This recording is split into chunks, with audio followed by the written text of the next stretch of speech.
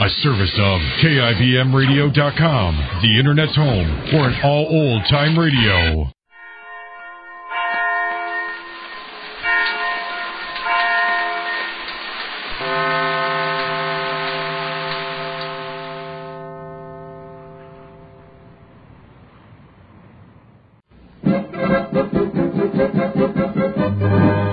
Gary of the Circus.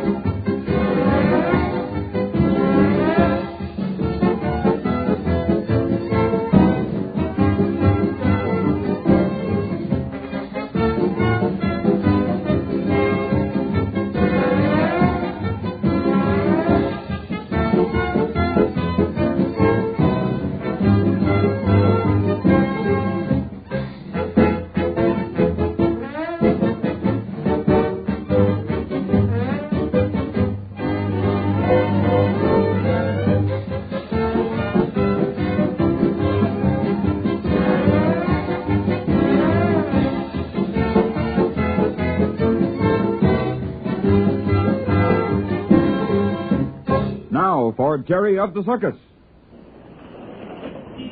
Golly, it's a big enough building, isn't it, Patsy? Looks like a prosperous bank, too. Well, I'm holding my thumbs for good luck. I'll hold mine, too. Come on, Jerry, let's go in. Gee Willikins, this is a big place. Who we asked for? I don't know. Guess we better find out. I'll try at this window. I beg your pardon, but could you tell me who I should see about a key to a safety deposit box? Certainly, miss. Mr. Burnside is in charge. You'll find him in that window just this side of the safety deposit vault. Well, thank you very much. Still holding your thumbs, Patsy? I certainly am. Let's see. I guess this is the window. It looks nice enough. He'll hear you. Are you Mr. Burnside? Yes. Is there anything I can do for you? There sure is. Just a minute, Jerry. You see, it's kind of a long story, Mr. Burnside. Have you got the key, Jerry? Yeah, here it is. This key belonged to this boy's father. I see. Well, after a lot of inquiries, we found it was made by the Brunner Lock Company, and they sent us a list of banks that used to use this pattern. Oh, yes. Yes, we used to use it ourselves. But we've long since changed to a more satisfactory pattern. I'm sure this key hasn't been used for a good many years. At least that's what we think, and we thought perhaps you could... Now, let me see. It's possible if the box hasn't been opened for some time, a new lock hasn't been put on. Mm-hmm. We still have a few left of the old type. What is your name, son? Jerry Dugan. My father's name was Tim Dugan. Well, if you'll excuse me just a minute while I look through this book. It records all the renters of deposit boxes. Of course. D. Now, let me see. Please let this be the bank. Dunley. Please. Downing. Dugan. Oh, yes, here we are. Timothy J. Dugan. Oh, Jerry. Now, let me see. This box was rented about 10 years ago. No payments have been made in the past several years, and no answers to any of the letters of inquiry sent to Mr. Dugan. Guess Dad was too broke to pay. Well, young man, you've come in good time. This box would eventually be turned over to the state. Golly, I'm sure glad we found it. So am I. May we see what's in it? You see, Jerry's father... Well, he died a little while ago. Oh, I'm sorry, my boy. So I guess the box would belong to him. Of course, he'd have to pay the past rent. I guess I can help him out if it isn't too much. I'm afraid it isn't as easy as that, young lady. Well, what do you mean? Well, you see, there are state laws. When the renter of one of the safety deposit boxes dies, the box is turned over to the courts. But it belonged to my dad. Well, the courts open the box and then dispose of the contents according to the laws of the state. Of course, with a will... Gee, Dad didn't leave a will. He didn't have anything. At least, I didn't think he did until we found this was a key to a safety deposit box. But, Mr. Burnside, there must be some way for Jerry to... Well, it does seem as if an only son would have some rights. Well, there is a way, but it's quite a job. You'd have to have a lawyer. Well, what would I have to do? Well, you couldn't do very much of anything, son, seeing as you're underage. Your lawyer would have to get the permission of your guardian. Then he'd appeal to the superior court to allow you to open the box. Jiminy, lawyers are kind of expensive, too. I'd like to help you out, son, but I guess there's only one thing to do in this case. Well, Mr. Burnside, do you think we could find a lawyer who wouldn't be too expensive? Well, now there's a young friend of mine has an office upstairs in this building. He hasn't been in business long, but... Then he wouldn't cost so much. Well, I was just going to suggest that, after all, anything important enough to be kept in a safety deposit vault is likely to be worth something. Oh, I see. And if it belongs to Jerry, being the only member of the family, he could pay the lawyer from whatever's in the box. Oh, you're a smart little woman. I know most lawyers wouldn't bother with such a thing, and perhaps Grayson won't.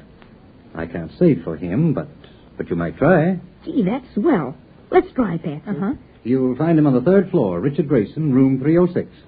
Tell him I sent you, and then he'll know it's all right. Oh, thanks awfully, Mr. Burnside.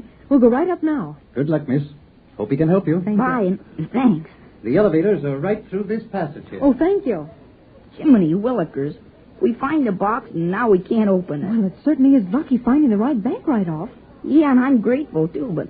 Oh, golly, seems as if we get so far and then something new turns up. Mm-hmm. Wonder if we ever will find out. Oh, there's an elevator now. You better get in, Jerry. All right.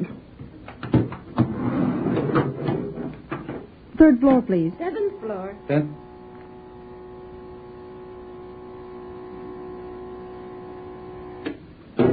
Third floor out. Here we are.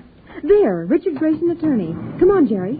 Just a minute. What's wrong now? Well, hold your thumbs again. You think it brought us luck the first time, huh? Well, I don't know, but no use taking chances. I guess you're right, Jerry. Okay, I'll hold tight. Are you ready? Yep. Good morning. How do you do? Is Mr. Grayson in? What name shall I say? Well, he wouldn't know who we are. You better just say that Mr. Burnside from the bank downstairs sent us up. Just a minute, please. Golly, I hope this is our lucky day. Well, it has been so far. Yeah. If you'll just step this way, please. Thank you. Good morning. Good morning, Mr. Grayson. Hello. Won't you be seated? Thank you. I understand Mr. Burnside sent you up. Yes, he did. You see, we're strangers in town. Yeah, we're with the Randall Brothers Circus. Just got in this morning. My, that's exciting. It's nice to meet show folks. Well, it's like this, Mr. Grayson. Jerry... Oh, yes, this is Jerry Dugan. How do you do, Jerry? And I'm Patsy. You know, the star aerialist. I'm delighted to meet you, Miss Patsy. Well, Jerry Dugan joined the circus just this season.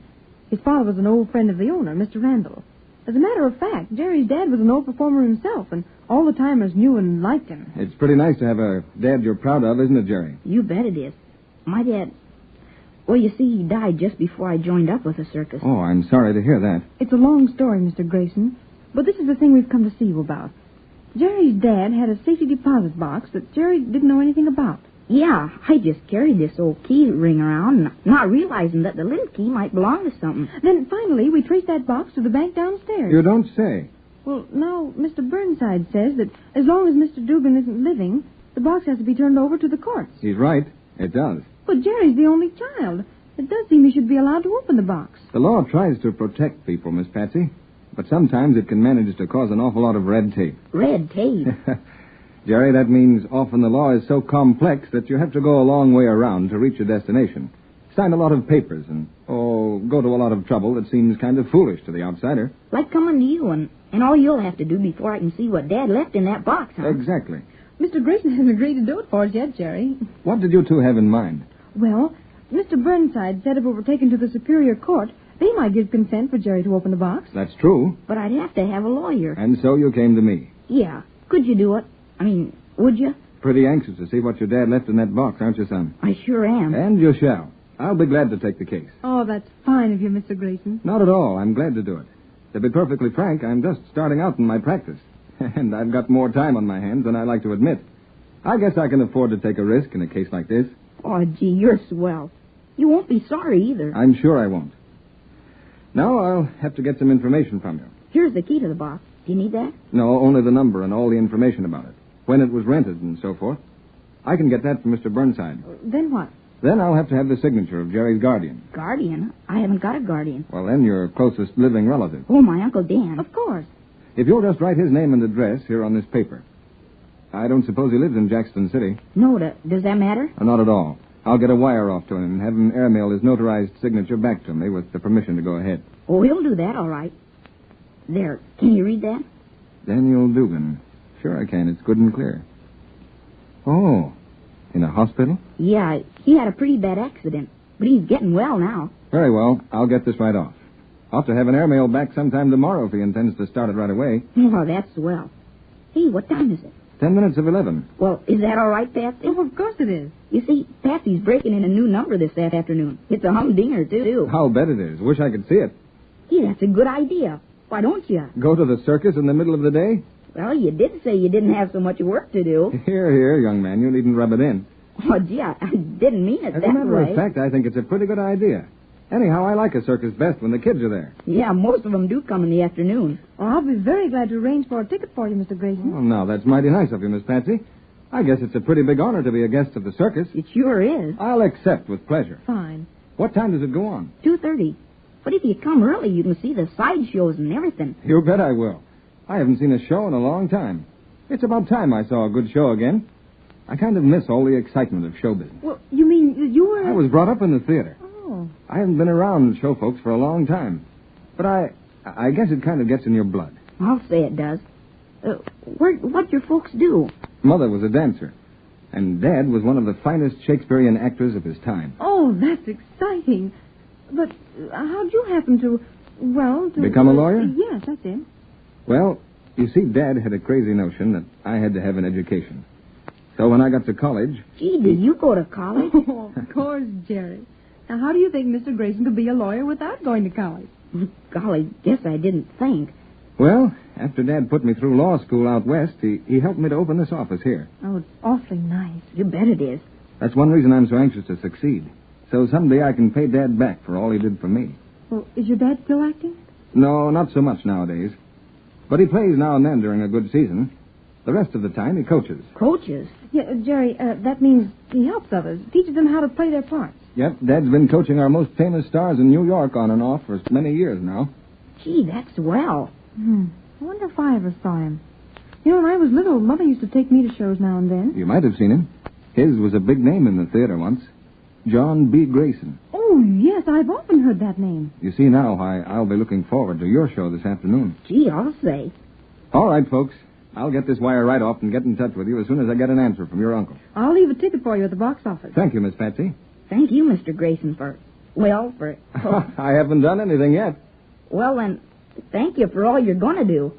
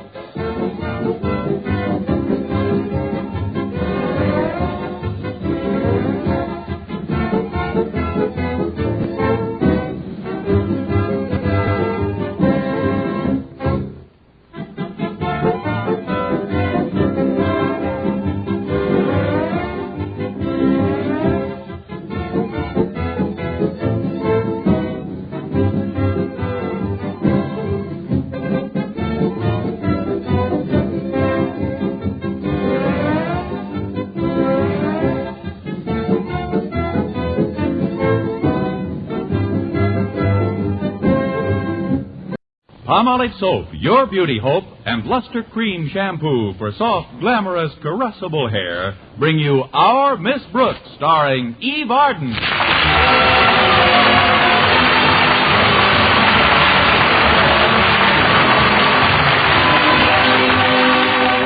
Our Miss Brooks, who teaches English at Madison High School, was as grateful as any other teacher for the Washington's birthday holiday observed last week.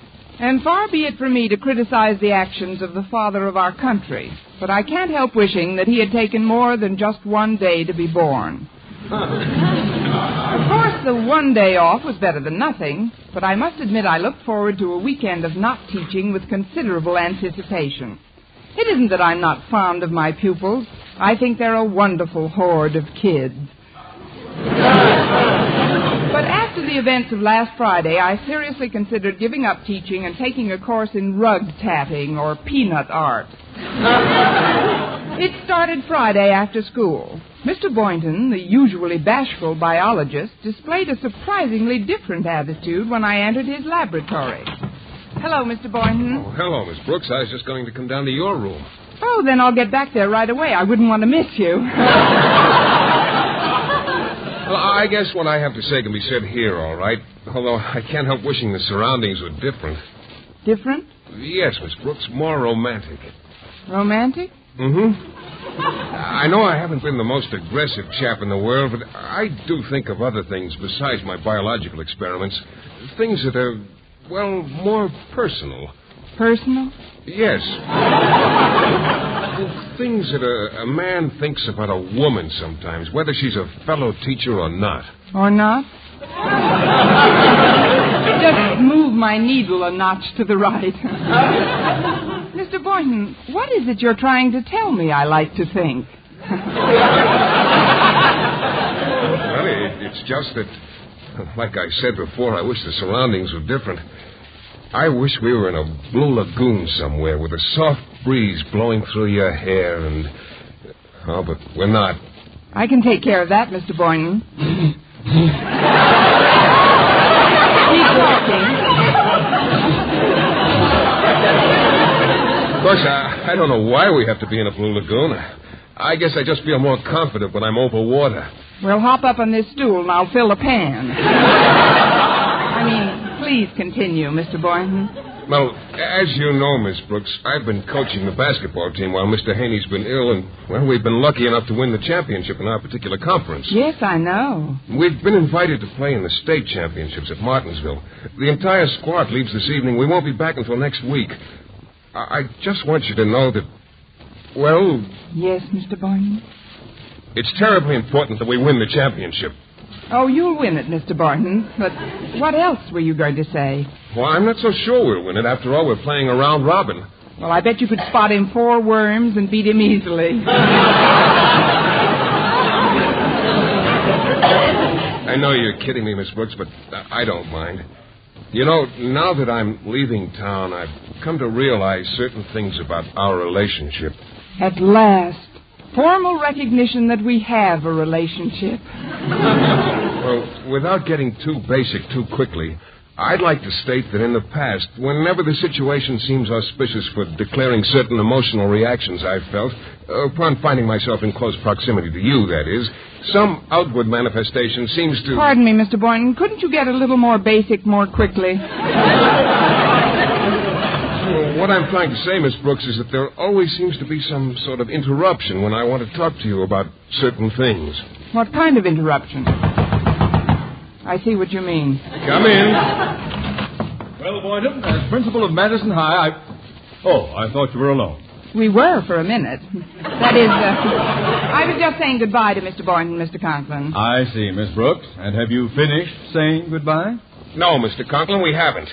This boy's been taking brave shots.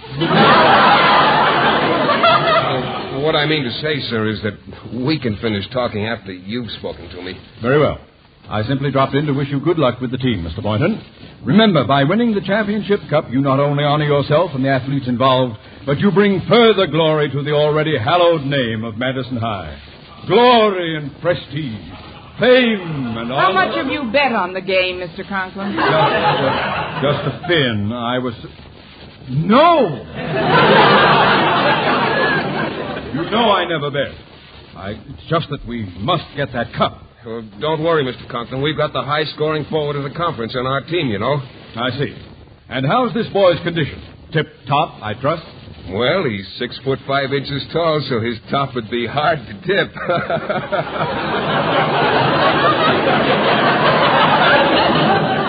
That's a joke, sir. Thank you. By the way, Miss Brooks, is this the boy we transferred from Miss Enright's English class to yours? Yes, sir. Well, tell me, how's his state of mind? What there is of it is quite happy. Well, I know he's not a brilliant student, but now that he's in your class, Miss Brooks, I'm sure he'll improve.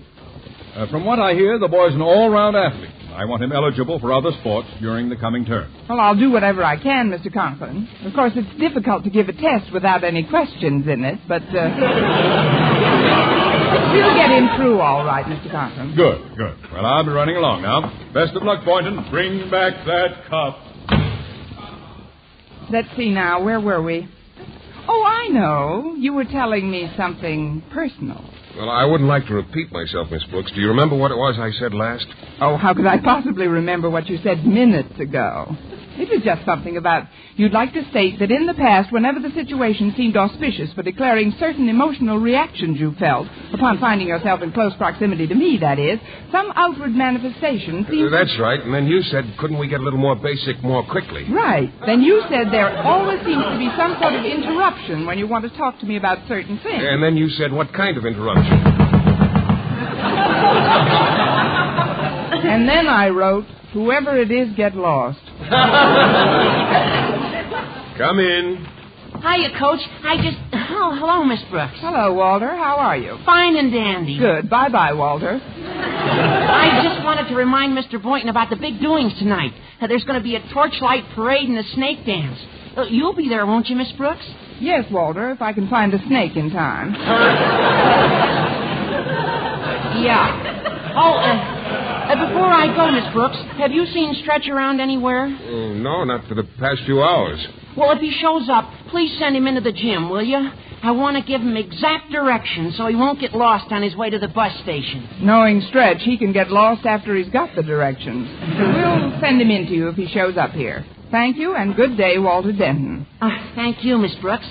And may I suggest that you speed Mr. Boynton on his way with a salutation befitting the mentor of a sterling aggregation such as the Madison basketball team? Walter. So long, Coach.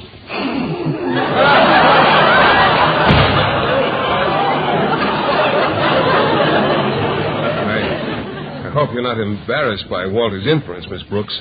If you think that would embarrass me, you need a coach. Now, let's take off for that blue lagoon, huh? I'm afraid I don't comprehend, Miss Brooks. My hair is blowing in the breeze again. See? What is it you were trying to tell me before Walter came in? Well, it's just that with my leaving tonight, we won't be seeing each other at all over the weekend. I know, Mr. Boynton. Come in. Oh, it's Stretch. How are you, son? Hi, Mr. Boynton. Hello, Miss Brooks. Hi. Well, how do you feel about our impending junket? Huh?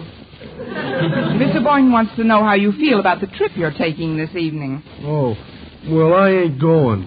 Stretch, don't say ain't. Don't say you ain't going. What's the trouble, Stretch? You're not ill, are you? There's nothing wrong with me physically. My trouble is mostly mental. Well, don't be self-conscious. Oh, wait, what is it, Stretch? Maybe I can help you. I'm afraid you can't, Mr. Boynton. You see, it's about a girl. A girl? You've seen them. They play on girls' softball teams. Is there anything I can do to help, Stretch? Yes, Miss Brooks, but I'd rather talk to you alone, if it's all right with Mr. Boynton. Why, certainly, Stretch. I've got to get down to the gym for a few minutes anyway. Miss Brooks, you will try to straighten him out, won't you? You know how important he is to the team. I'll do what I can, Mr. Boynton. Good. We'll see you at the snake dance tonight. Now then, Stretch, tell teacher all about it. Well, I know I ain't good in English, Miss Brooks. You're not good in English. I know.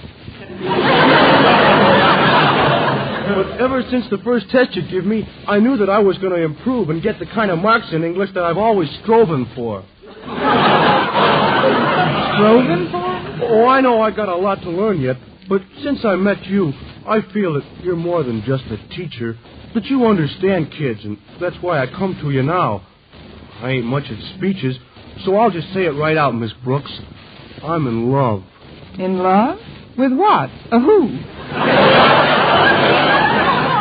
My best friend's girl, Walter Denton. People don't talk like this in any language. Stretch, are you trying to tell me that you've got a crush on Harriet Conklin? Exactly. When she's in the stands rooting for the team, I play great. When she isn't, like she's not going to be where we're going to play over the weekend, I don't. So I ain't going, Miss Brooks. Oh, now, wait a minute, Stretch. Have you told Harriet how you feel about her? Oh, no. Nor Walter either. I wouldn't want to hurt neither of their feelings. It's just that I can't play without Harriet in the stands. Look, Stretch, I heard that they're going to show the games on television right here in Madison. That means that Harriet will be in the stands. She'll be right on the sidelines watching your every move. Honest, Miss Brooks? May I swallow a board eraser? Now, will you attend the ceremonies tonight and then leave with the rest of the team for Martinsville? Well, if you say Harriet will be there on the sidelines, I guess I'll go along. Good. I knew you wouldn't disappoint Mr. Boynton and me. He was kind of counting on me, I guess. Funny thing about him, though, for a smart scientist, he's not very smart about getting someplace sometime. Why, Stretch, what do you mean? Like with you, I mean. Here you are, a smart, pretty, brainy English teacher with no other attachments, and he don't do nothing about it. Stretch. Yes, Miss Brooks? You ain't just flapping your lips, Doc.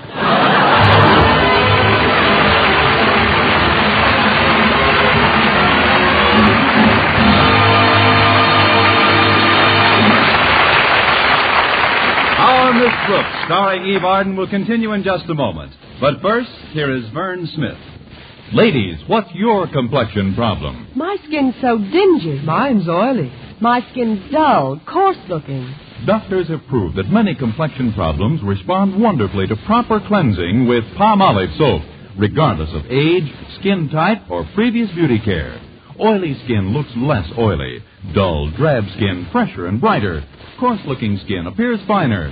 To win such complexion improvements, simply use Palmolive soap. Nothing but Palmolive is needed, the way doctors advise. Wash your face with Palmolive soap 3 times a day. Massage with Palmolive's wonderful beauty lather for 60 seconds each time to get Palmolive's full beautifying effect. Then rinse. Look for improvements within 14 days. Remember, 36 doctors, leading skin specialists, advise this way for 1,285 women with all types of skin, and proved it could bring lovelier complexions to 2 out of 3. So forget all other beauty care. Use Palmolive soap the way these doctors advise for a fresher, brighter complexion. And ladies, enter the $100,000 49 Gold Rush contest. The makers of Palmolive soap offer $49,000 first prize and over 4,900 other prizes. Get entry blanks and complete rules from your dealer now. You may win a fortune in cash.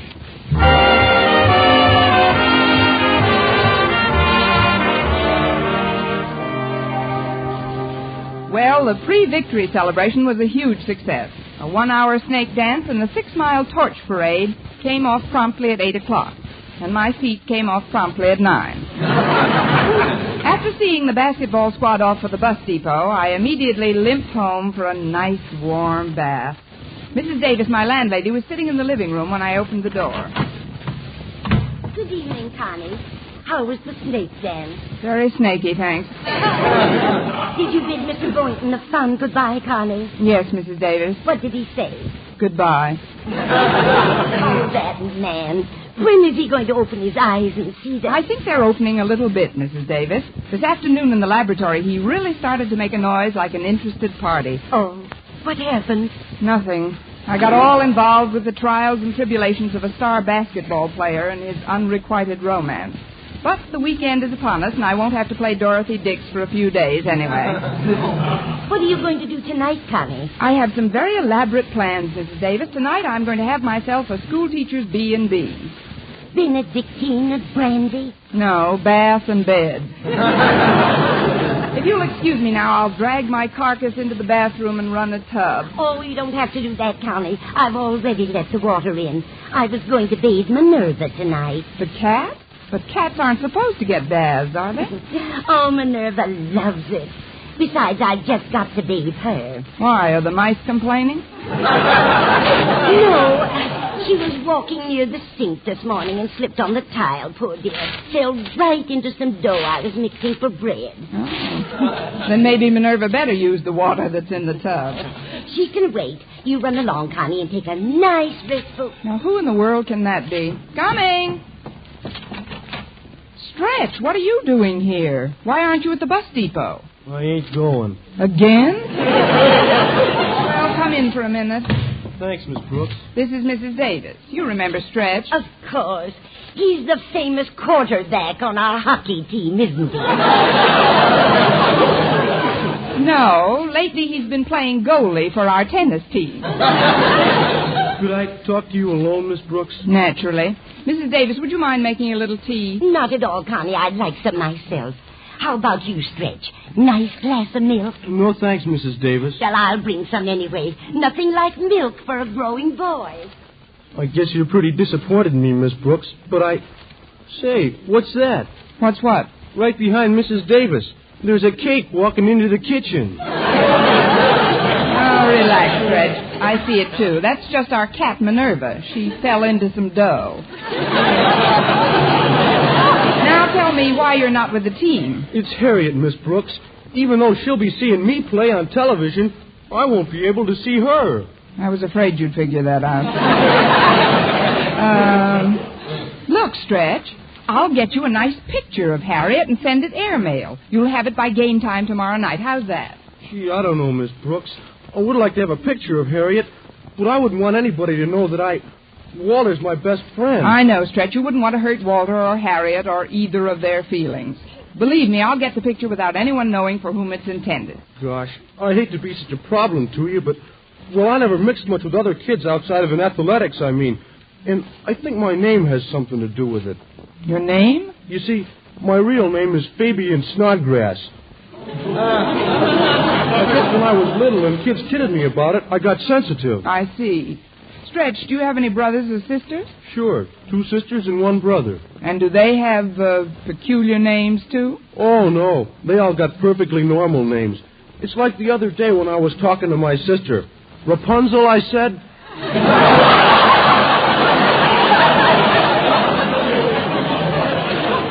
Rapunzel. Well, that does it. I'll go into your case more thoroughly when you get back from this trip, Stretch, but right now you've got to rejoin the team. Come along. You won't forget to send the picture, Miss Brooks. I won't forget, Stretch. Lots of luck and goodbye again. Rapunzel Snodgrass. Now, there's a family for you. Oh, well, now for that bath. I better see if the water's still warm. Oh, it's pretty cold. I better let it out and run a fresh one. Come and get your tea, Connie. I'll be right there, Mrs. Davis. I'm afraid Minerva's water got a little cool. I'm running another tub for myself. Very well, dear. Where did Stretch go? Back to the bus depot. Wait till I close this door. The poor kid, he's hopelessly in love. Yes, I overheard. But he shouldn't worry so much about the other boy in the case. Why, when my sister Angela was a girl, she never went out with one boy at a time. She didn't? No, she played the field, Angela did. Why, I remember one time she went out with twins for over a year before she found out they were triplets. Poor Angela. The eternal quadrangle. I'd better take a look at that bath. There. Nice and hot. Now to get these clothes off and... Oh, no, not another interruption. Hi, Miss Brooks. It's me. Can I come in for a minute? Yes, Walter, but that's about all. I'm trying to take a bath. Well, that'll have to wait, Miss Brooks. Well, it's getting plenty of practice. What's the matter, Walter? It's Stretch. He disappeared from the station, and when last seen, he was heading in this direction. He did come here, Walter, but I sent him back down to the depot. Well, that seems like a pretty silly maneuver. Well, what did he come here about? He wanted some advice. He's in love, Walter. In love? In love with who? Whom? Who's she?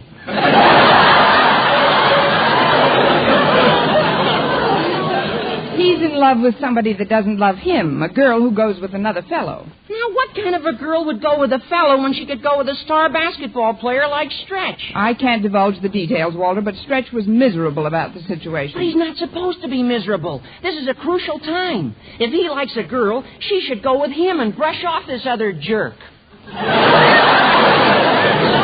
Careful, Walter. You may hate yourself for this. Look, I've smoothed his feathers and sent him back to play the game of his life. Now, you get back to the depot and don't say a word about what I've told you. Well, all right, Miss Brooks. But I wish I could get a peek at the guy that's got Stretch's girl buffaloed. You may never see him till you start shaving. Goodbye to you again, Walter Denton. Oh, let's see how this water feels now. It could be warmer. I'll let a little out and refill it. Singing in the bathtub, la-da-da-da-da, singing in the bathtub. Now we'll just put the plug back in, run some more water. I always thought that teaching was my only profession, but bathing can be quite a career, too. There, that ought to be just right. Singing in the bathtub, nothing can go wrong. Singing in the bathtub, oh, I should live so long. Come in, whoever you are. Oh, it's Mr. Boynton. Oh, I'm sorry to bother you, Miss Brooks, but Walter Denton's disappeared from the bus depot. Have you seen him? Of course I've seen him. Won't you come inside, Mr. Boynton? I haven't time, Miss Brooks. You say you saw Walter. Where is he now? On the way back to the bus depot. Oh, good. Stretch got down there before I left, and when he found Walter gone, he was quite upset. Now everything will be all right. Sorry to have troubled you, Miss Brooks. See you next week. Goodbye. Goodbye, you greyhound Lochinvar. Well, at least there's nothing to stop me from taking that bath now. I couldn't have gotten cool in that short space of time. Let's see. No, it's exactly the right temperature. I don't have to let out a drop. Wrong again. Oh, no, it's not you again, Stretch. I'm a monster. What do you want from me, an affidavit? What's wrong this time? When Walter came back to the depot, I took one look at him, and then I knew. Knew what? I couldn't go to Martinville without his girl, Harriet. I just can't play unless she's really in the stands. All right, Stretch, I'll do my best. Go back down to the depot and wait for me. What are you going to do, Miss Brooks? I'm going to slip on a straitjacket and run over to the Conklins.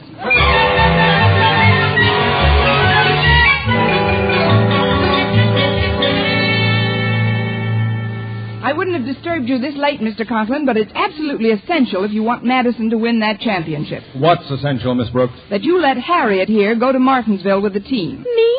Go with the team tonight? But of course it's Walter. He needs me. Stop squealing, girl. But don't you see, Daddy? Walter's the manager of the team, and he needs me by his side. I hardly dared to hope for it, but now I know. Walter's my life, my future, my all. Walter isn't the one who requested that you come along, Harriet. It was Stretch. Stretch? But he's the best athlete at Madison. I'll rush to his side at once. What about Walter? Who needs Walter? When does the bus leave, Miss Brooks? Not so fast, young lady. What's this all about, Miss Brooks? Well, it's Stretch, Mr. Conklin. He's got a crush on Harriet. And if she'll just be in the stands and root for him, he says Madison is bound to win. There's really no harm in it. No harm in it? But Martinsville is 400 miles away. The basketball team is composed entirely of boys. Boys and Mr. Boynton. Who'd chaperone my daughter? Who else but Miss Brooks? Come on, Miss Brooks. Pack a bag and we'll have to... Oh, just a minute, Harriet. I can't go to Of course you can. It's your idea, isn't it? Now go on home and get... Wait a minute. With Mr. Boynton coaching the team, you'll need a chaperone yourself. Then why don't you come along, Daddy? What? Me? The principal of the school leave Madison for a weekend? To watch our basketball team play a round robin with the best teams in the state? Tell your mother we're leaving at once. Oh, just one thing, Mr. Conklin. Yes? Do you think they have a bathtub in Martinsville?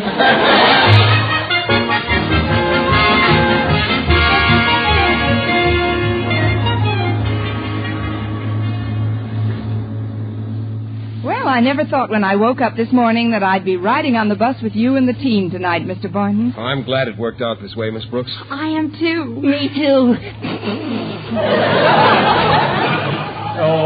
Driver, I'm Mr. Conklin, the principal of Madison High. Oh, how do you do, Mr. Conklin? My name's Fredericks. What can I do for you? Well, I'd like to open a few of these windows if nobody minds. It's kind of stuffy in here. Yeah, it is kind of crowded in the bus. You see, we didn't expect all you extra passengers. In fact, there was one kid back at the depot I couldn't even allow on. Which kid was that, Mr. Fredericks? Oh, some tall fella. Said his name was Snodgrass. Stretch Snodgrass. Well, just as long as he wasn't an important member of the team. Stretch Snodgrass!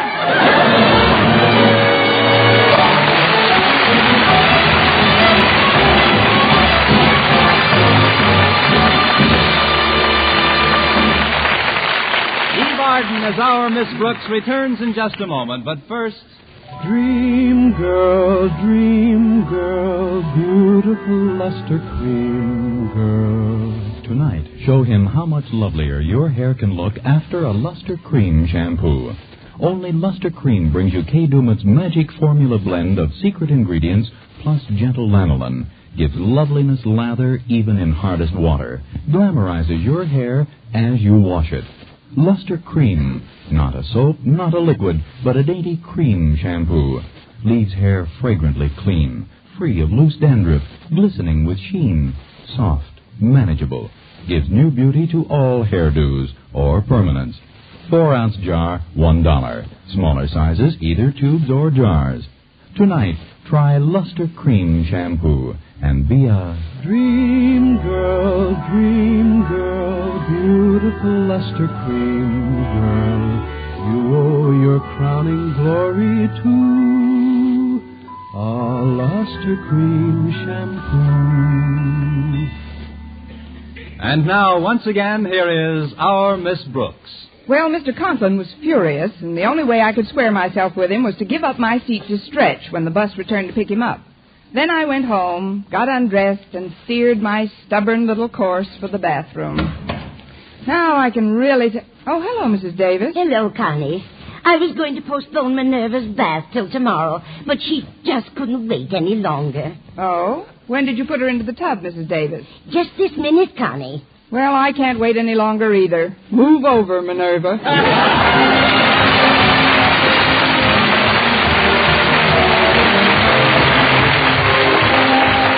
Next week, tune into another Our Miss Brooks show brought to you by Palmolive Soap, Your Beauty Hope, and Luster Cream Shampoo for soft, glamorous, caressable hair. Our Miss Brooks, starring Eve Arden, is produced by Larry Burns, written and directed by Al Lewis, with music by Wilbur Hatch. Mr. Boynton is played by Jeff Chandler, Mr. Conklin by Gail Gordon. Others in tonight's cast were Jane Morgan, Dick Crenna, Gloria McMillan, Frank Nelson, and Leonard Smith.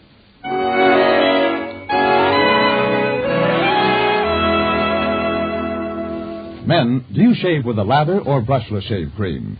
Palmolive shaving cream comes both ways, and whichever way you prefer to shave, you'll find that using either Palmolive brushless or Palmolive lather shaving cream can bring you more comfortable, actually smoother shaves. Here's the proof. 2,548 men tried the new Palmolive way to shave described on the tube, and no matter how they had shaved before, 3 out of every 4 got more comfortable, actually smoother shaves. Get Palmolive brushless or Palmolive lather shaving cream today.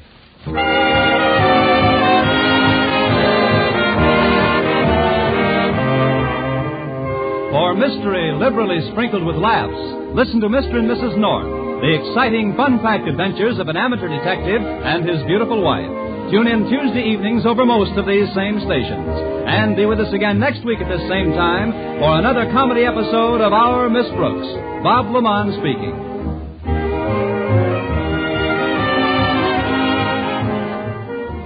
Have you ever stopped to realize how much freedom the American way of life offers you? Remember, in many countries, people have lost the freedom to work where they choose, start their own business, own their own home, invest their money as they see fit.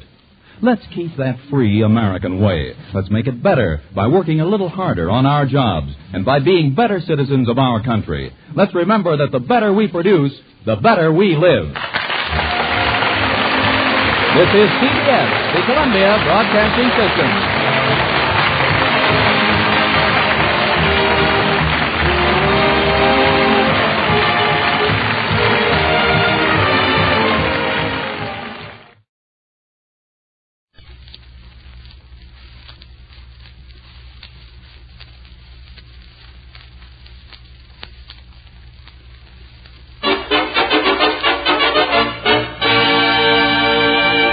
pack of Avalon cigarettes, please. Yes, sir. Oh, just a moment, sir. Don't forget your change. You'd never guess, but Avalon's cost you less. So why not always travel on with Avalon?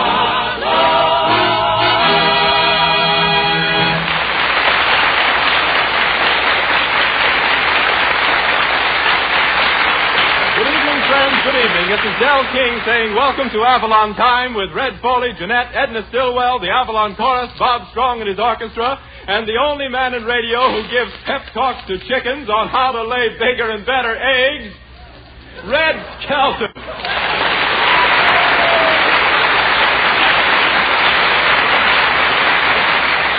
Thank you very much, and good evening, ladies and gentlemen. Say, Del, what happened to your right eyebrow? Well, I went in the barber shop downstairs to get my mustache trimmed, and the barber was nearsighted. What a barber. He'll tell you got a complexion like a peach and then start slicing it. I feel great tonight. I just got back from New York. I flew in. The trip was a little rough, though. In fact, it was so rough, I was scared green. I was so green when I got off the plane, a guy came over, opened my mouth, and tried to mail a letter in it.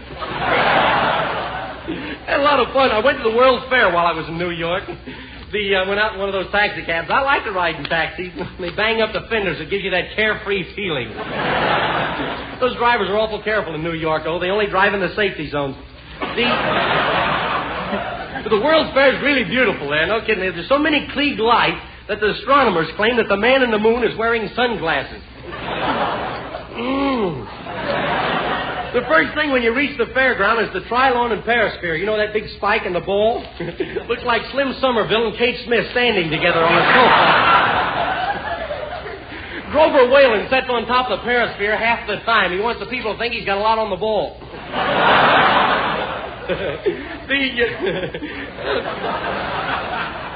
Really much. That Grover Whalen, no kidding. He's really out to make money. I was wearing a blue plaid sport coat, green pants, an orange beret, and I went to sleep in the waiting room, and when I woke up, Grover Whalen was charging a dime to see me.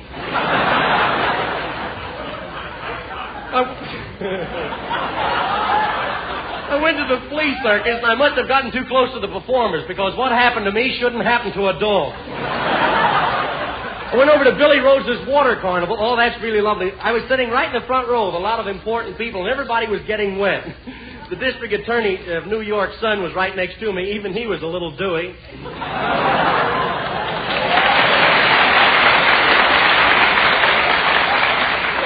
Had a lot of fun, though, really. Everybody in New York has that World's Fair hospitality. When I got off of the plane, 7 hotel managers ran up and offered to carry my wallet.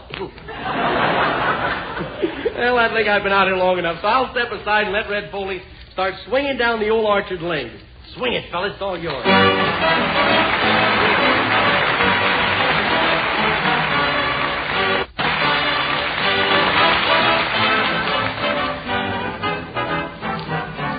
Swinging down the old orchard lane, listening to the mockingbirds be fraying, strolling sort of lazy with thoughts that seem so hazy. Between my toes a daisy, kissed by the softest rain. Honeysuckle sweet fill the air, spreading real contentment everywhere. A heart as light as moonbeams, a mind that's filled with dreams, swinging down the old orchard lane. I've traveled all around the world, I've known a million thrills. I've known the hidden beauties of the valleys and the hills. The 7 wonders of the world filled me with ecstasy. Of all the thrills I most enjoyed, this was the thrill for me. Swinging down the old orchard lane,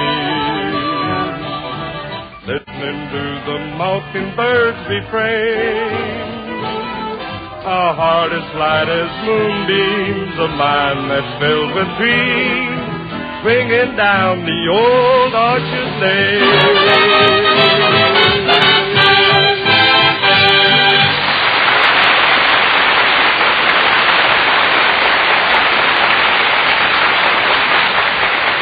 Friends, do you know why certain people or certain products stand apart ahead of all the others? Because they have a certain extra something the others can't match. Now, in the cigarette field, Avalon have a perfect combination that puts them at the top. Highest quality, exceptional economy. Now, let's take first the quality. Avalons are blended to perfection with the world's finest Turkish and domestic tobaccos. You couldn't get finer quality tobaccos, regardless of price, regardless of brand. Now, second, the economy. Avalons cost 3 to 5 cents less per pack than other popular priced cigarettes. Now, that repeated saving will net you many extra dollars every year. So just remember these two important Avalon advantages. Superior quality, outstanding economy. Try a pack tonight. You'd never guess they cost you less.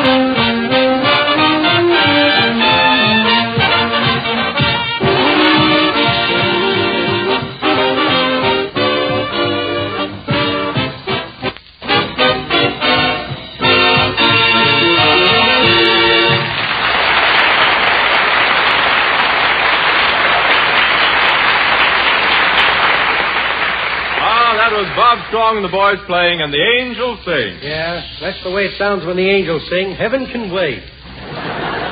Hey, listen, Skelton, don't forget, you know, it's Edna Stillwell's birthday, and she's invited us over to her party. Oh, a party for Edna. Can I go, too? Yeah, you can go, too.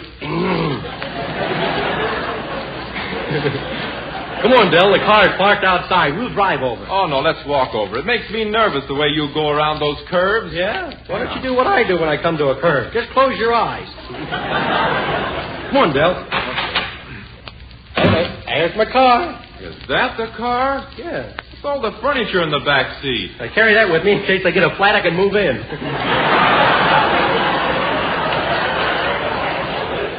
Well, I think I'll walk over. Oh, come on, let's ride. We got the car, we may well use it. May as well use it. We may as well use it. Come on, get in. Okay, I will. Wait a minute. I'll just sit right down. Yeah, go ahead. Oh, what's the matter, Del? Oh, thanks. Gee, I've been looking for that oil can for 3 weeks. Well, hold on now. Here we go. I hope we get there in time.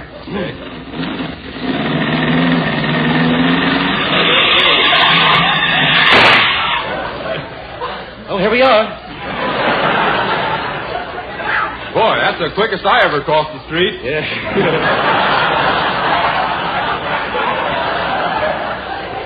Yeah, wait till I get my goggles and my duster off. We'll go in and join the party. Okay. Hey, oh, look at the pretty flowers out here. I'll pick some out here. Oh, hello, boys. Come on in. Well, happy birthday, Edna. Happy birthday. You didn't eat yet, did you? No, but we started to play games. Yeah? You should have been here a few minutes ago. What happened? My aunt was bobbing for apples. Somebody slapped her on the back and she swallowed the tub. Oh, I almost forgot, Edna. Here's a little present for you. It's a pair of the latest style stockings with pockets in the top. Oh, thanks, Dal. But I'm sure going to look funny standing around with my hands in my pockets. Here, I brought you a little present, too, Edna. Oh, it's a lovely ring. Oh, it's nothing. Oh, it's beautiful. Oh. But what's that hole in the middle? Huh? What's the hole for? You can have a stone put in there if you want to.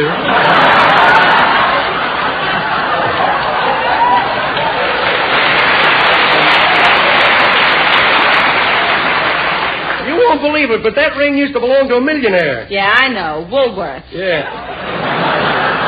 Now, come on, let's go in and play some games. Let's play the kissing game. Uh-oh, there's Bob Strong. Hi, Skelton. Hello, Romeo. Hey, Edna been kissing you? Look, you got rouge on your cheek. No, I'm just naturally healthy. Oh, just naturally healthy, huh? Don't look now. Your right cheek's healthier than the left one. Don't be so jealous, Skelton. I don't mind when you kiss my girl. What do you mean? I never kissed your girl. But you must have. I showed her your picture, and she said, boy, what a kisser.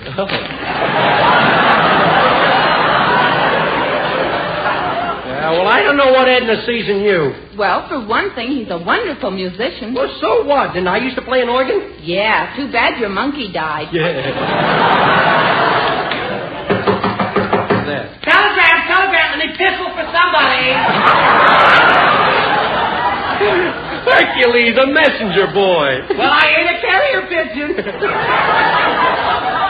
And goodness me, Mr. Skelton, the customers have just got me all a sweater. What seems to be the trouble, Herky? Well, good heavens. They expect me to have a horse and a suit of armor to deliver a night letter. Here's 2 telegrams for you, Miss Stillwell. Oh, thank you, Herky. You're welcome. Oh, look. This one says, congratulations on your 24th birthday. Many happy returns of... Signed, Red Skelton. Yeah, my 10 words ran out.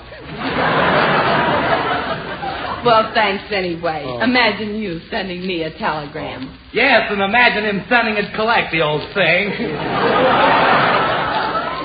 Would you like to stick around, Herky? Well, what are you going to do? Well, we're getting ready to play kissing games. Oh, good heavens, no. I was at a party last night, and I haven't been kissed so much since I was just one of those old babies.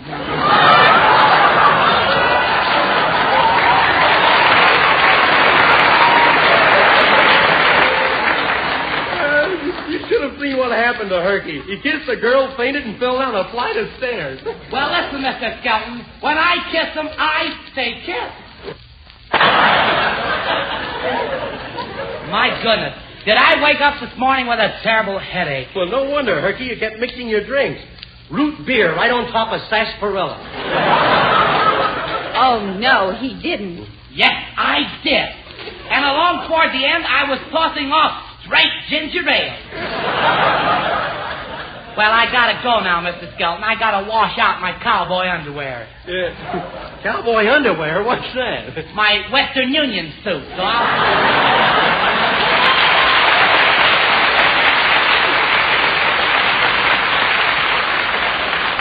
Say, Edna, you forgot to read your other telegram. I'll open it.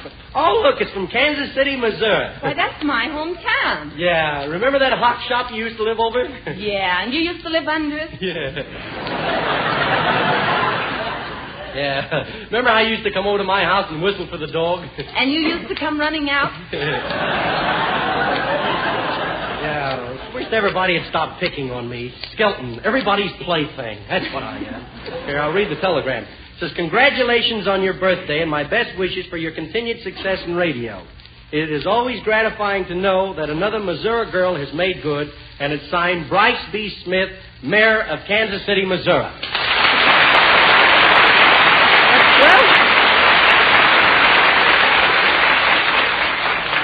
Well, thank you very, very much for the greatest thrill I'm sure I ever had.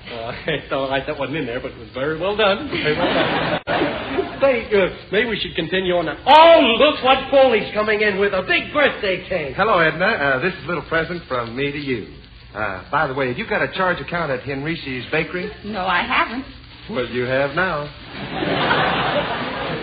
Hey, Foley, you pulled that crack on me once. Yeah? Well, I got a one-crack mind. Yeah. Say, that ain't bad. You know, it seems lately I got jokes in my blood. Yeah? You're a little anemic, ain't you? Well, come on, let's light up the candles on the birthday cake. Okay, here we go. Oh, my beautiful cake. Gee. Who put those firecrackers on there for candles? Well, I did, but I didn't think you'd get sore about it. Gee, I only wanted to make sure that your birthday party would go off with a bang.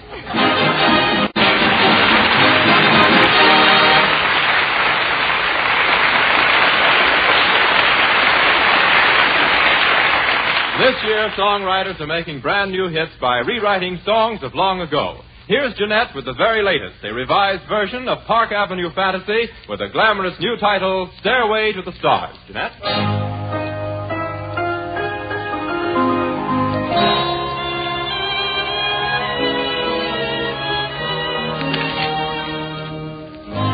Let's build a stairway to the stars and climb that stairway to the stars. With love beside us to fill the night with a song.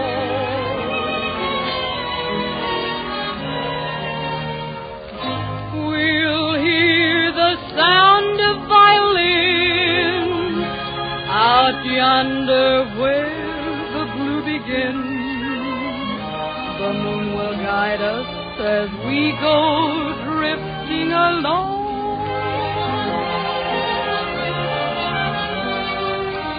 Can't we sail away on a lazy daisy pedal over the rim of the hill? Can't we sail away on a little dream and settle high on the crest of a thrill? Let's build a stairway to the stars, a lovely stairway to the stars. It would be heaven to climb to heaven with you.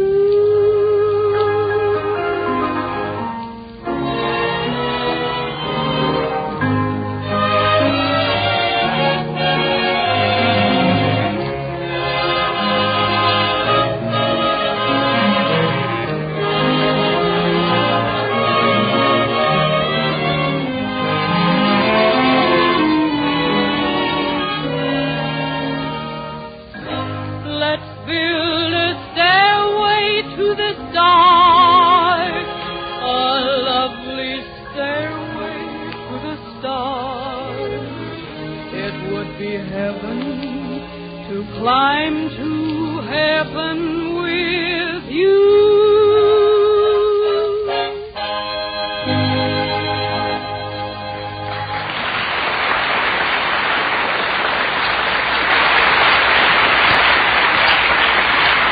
Friends, only when a product is sold on merit and merit alone can the manufacturer say, try it once and let it prove its superiority. Well, that's a funny thing, because that's exactly what we say about Avalon cigarettes.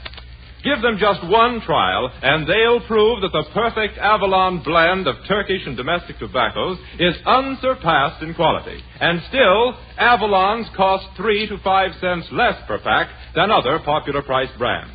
Now, is it any wonder they're known throughout the entire nation as the outstanding cigarette value on the market today? Highest quality at a worthwhile saving. Avalon certainly deserve a trial. Why not pick up a pack tonight?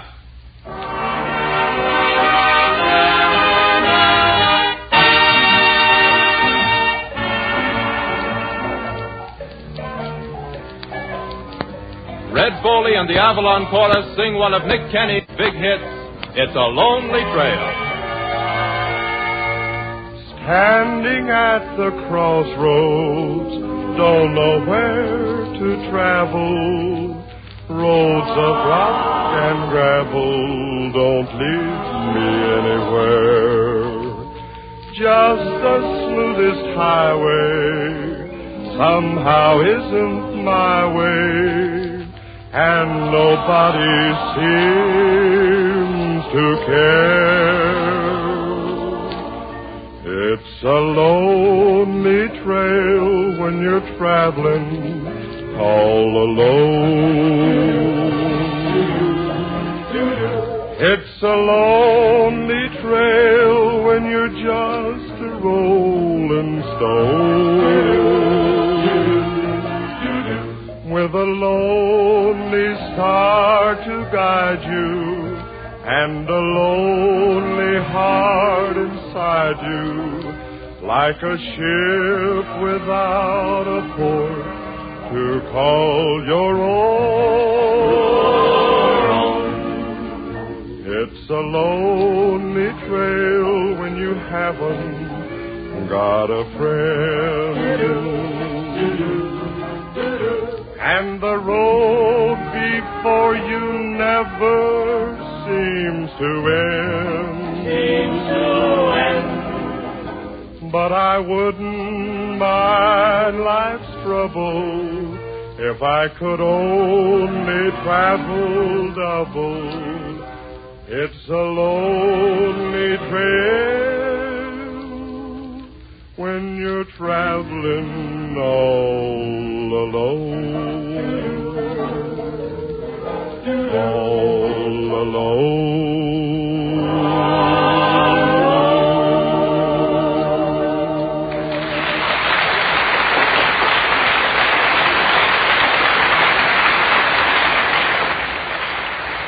That was swell, Red Foley. Very good. And now for one of our Gaga sagas. Tonight, I'm going to play the part of my much-married ancestor, King Henry VIII Skelton. Now, Edna Stillwell will play the part of Catherine Howard, my fifth wife, and playing the role of Earl of Essex will be that noted English actor, John Goldsworthy, who has been on Broadway for the past 3 years, looking for work. Now, we've imported Mr. Goldsworthy for this part. Set the scene, will you, Del? Okay, Red.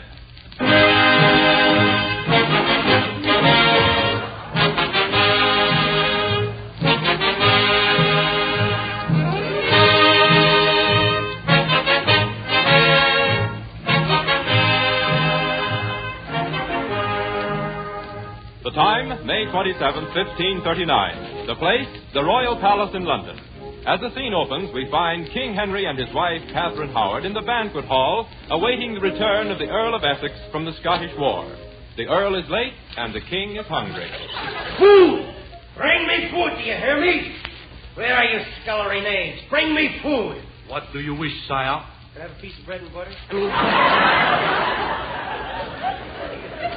Bring me a leg of lamb, a peck of potatoes, a half a dozen heads of cabbage, 2 loaves of bread, a bag of pudding, and a gallon of wine.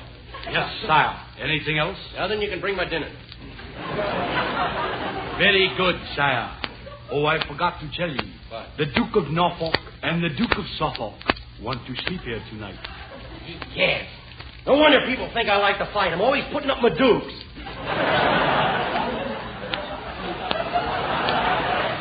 Now fetch me. Not there.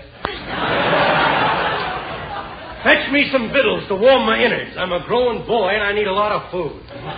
You stopped growing long ago, all but your stomach. Yeah. Catherine Howard, the size of my stomach is my business. Business? Yeah. That's a corporation. You said it. But it's good to see you again, Henry. Yeah? Tell me, Kate, while I was in France, were you true to me? Well, let's see. What day did you leave? You're just like my other 4 wives. It's the Earl of Essex' fault that you're here. He advised me to marry Anne of Cleves. If I hadn't married her, I'd have never divorced her. And if I hadn't divorced her, I'd have never married you. The Earl shall pay for this with his head. Well, I'll be hanged. You said it. I I never wanted the Essex to fight against Scotland anyway. I'm half Scotch myself. Yeah, half Scotch and half soda. Yeah. One more of those corny remarks, and you'll meet my executioner. I've met him, and he's a pain in the neck. And if you think for one moment that Now, control yourself. Don't fly off the handle and lose your head. Hear ye, announcing the Earl of Essex, Privy Chancellor, Master of the Jewels, Clerk of the Hanaper, Chancellor of the Exchequer, Secretary to the King, Master of the Rolls, and Collector of the Revenue. No wonder there's so many people out of work. That guy's got all the jobs. How now, Essex? Hey, cheerio, old plum pudding. Yeah. It's nice to see you again after a whole year, my little piece of celery. It's good to be back. Yeah. What? Oh, I say hot bird, cold bottle, warm fire, familiar faces. What? Oh, I say, where's Anne of Cleves? Annie doesn't live here anymore. She's one of my ex-wives.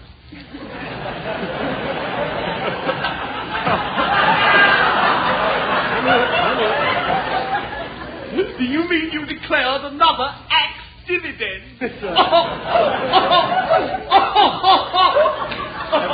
Did you ever try bicarbonate? Oh, I say, old tomato, what do you use for a marriage license? A commutation ticket? It may interest you to know that this year I'm getting me a brand new Essex. You mean you're changing your Earl? Yeah. I say, by Jove, you mean you're going to give me a quick haircut the hard way? That's right. You, Anne of Cleves, and Catherine here. A threesome? Yeah. Oh, I say, old boy, do try and pick up a fourth, won't you? Not that I really mind going, you know. Oh, I'll carry on. Chin up, white tie for dinner, spell it out for the team, and all that sort of rot. Well, really, Henry, I've been true to you. Oh, yeah? Then how come I saw you kissing the Duke of Norfolk last night? Well, I can't imagine, unless you were peeking through the window. Yeah. Oh, I say, Henry, don't you think you've put enough wives away? You know, 4 of them. No, only 3. I had nothing to do with Lady Jane Seymour's booting the pail. Huh? Kicking a bucket to you. Something suspicious about Lady Jane. She died a natural death. But my next wife will do as I say. Oh, I say, you mean you're going to marry again? That's right. I'm going to marry Lady Catherine Parr. She'll be my 6th and last wife. History may say I didn't know what the score was when it came to marriage, but it will say I finished with Parr.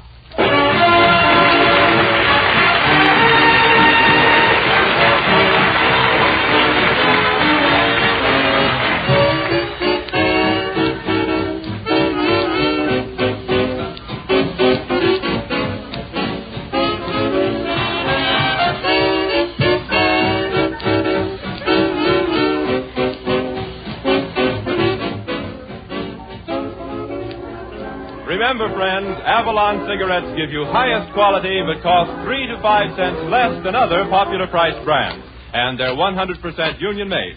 And when you can get supreme quality in Avalons for less, why pay more? So the next time, ask for Avalon. And don't forget your change. Yes, Avalon cigarettes, dear friends, cost several cents less than others. You too can save this difference like all of us Avalon brothers. Each pack is wrapped in cellophane, each pack is union made. No wonder folks from coast to coast say Avalon's lead the parade. So why not always travel on with Avalon?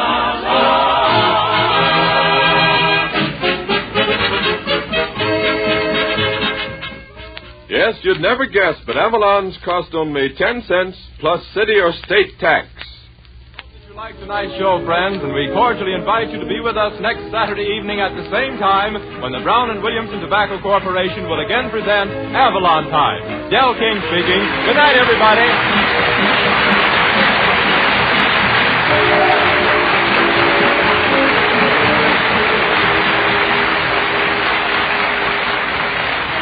Heard on this program, The Ladies in Love with You from Some Like It Hot. Avalon Time has come to you from our Chicago studios. This is the National Broadcasting Company.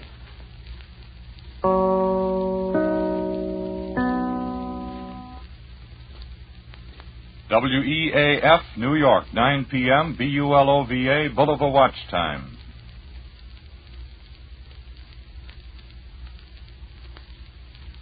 Ladies and gentlemen, the secret word tonight is hand. H-A-N-D. Hand? Oh, that's me, huh? You bet your life.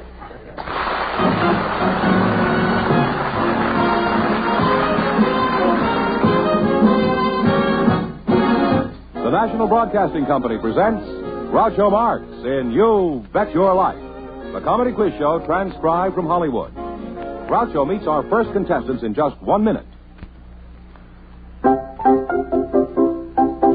Henderson, Olsen, and me. We're the NBC Bandstand 3. We sing, And we play, and we keep things gay on NBC Bandstand every day. That's Henderson, Olsen, and me.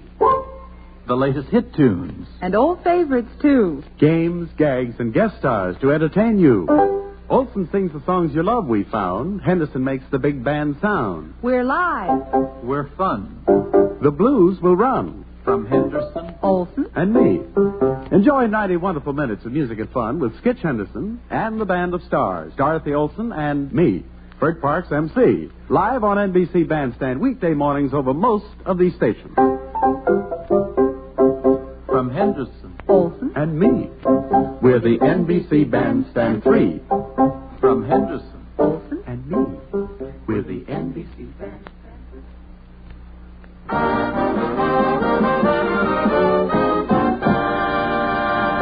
Here he is, the one, the only...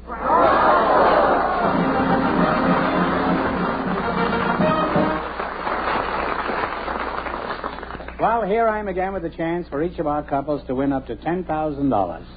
And if any of them say the secret word, they'll win an extra $100.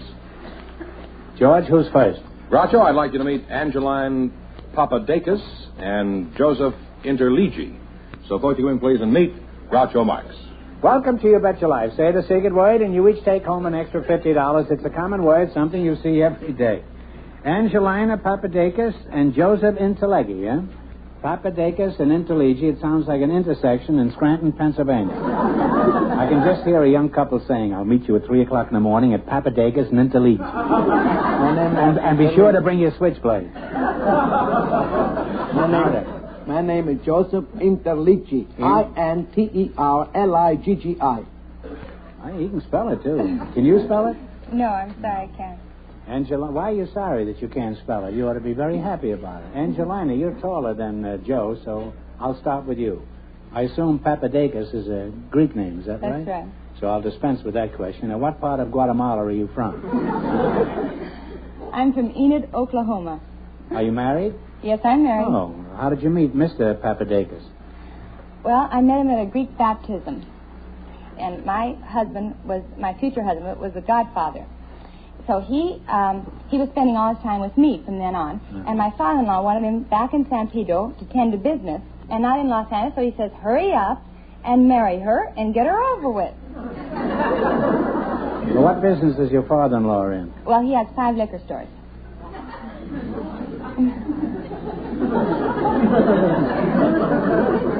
And who runs these stores? Oh, my husband. Well, would you have married him if he'd had 5 grocery stores? Well, I would have married him if he had 5 banks. Well, that I can understand. Angeline, what keeps you busy? Do you work around the 5 liquor stores, or do you confine your activities to housework? Well, I have a husband and 3 boys to take care of in my house. But in the evening, I go to university, and I take extension courses. You take care of 3 kids all day, and you still have strength enough to go to night school? What's the reason for the evening courses? Are you getting ready with a good sideline in case Prohibition comes back? No, I'm going to work for a BA and then a master's and eventually a PhD. Mm-hmm. That's very impressive. What do you want to be, finally, ultimately? Ultimately? Eventually? A writer. A writer, huh? All the writers I know would rather be in the liquor business. Now then, Mr. Interleggy. My name no Mr. Interleggy, Mr. Gratchman. My name is Joseph Interleggy. Interliggi. You know, I'm getting so that I can spell it now, too. Well, let's find out some facts about you. Are you of Italian descent? My father and mother are.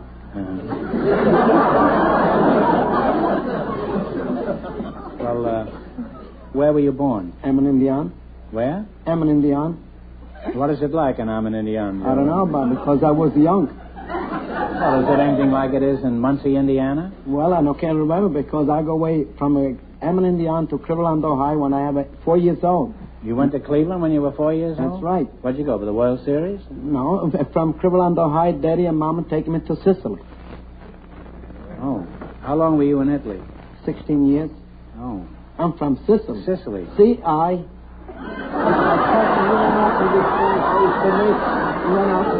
You spell Sicily. Well, C-I... So far, you're spelling Chicago. Cincinnati. Please. S-I-C... S-I-C... I-N-T-E-R-L-E-G-G-I.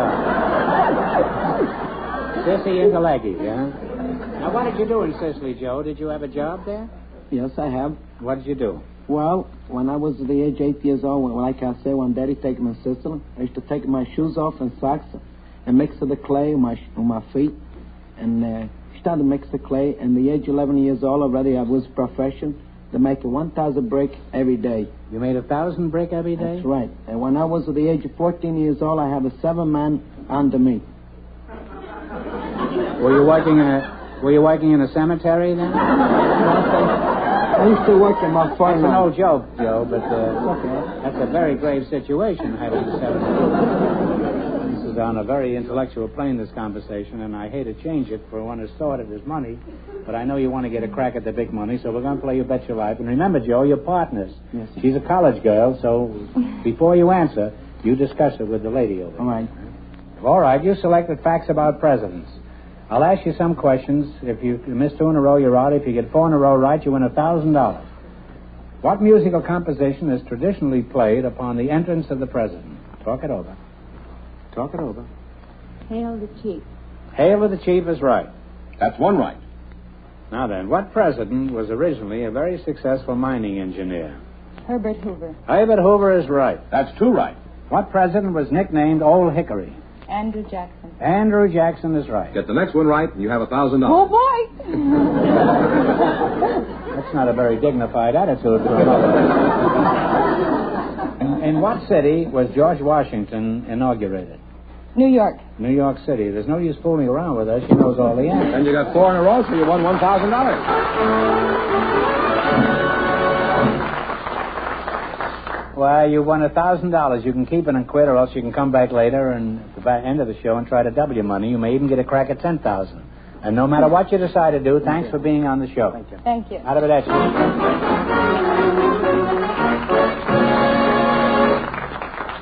In just a moment, our second couple will join Groucho to play You Bet Your Life. Thanks for your carefulness. Ladies and gentlemen, this is Bob Hope speaking for the National Safety Council, and I just want to say thanks for the memory of winters you have spent without an accident. Your eyes and mind are never blind for all your care is meant, and we thank you so much. Yes, ladies and gentlemen, if you drive with extra care in the wintertime, take a bow. And take a special tip from the National Safety Council. Poor visibility is a great winter driving hazard. Keep your lights, windshield wiper, blades, and defroster in good condition. Keep the icicles off your eyelashes. And see your way through the winter safely. Thanks to your carefulness, you'll keep your winter free of traffic tragedies. And it pays you so much.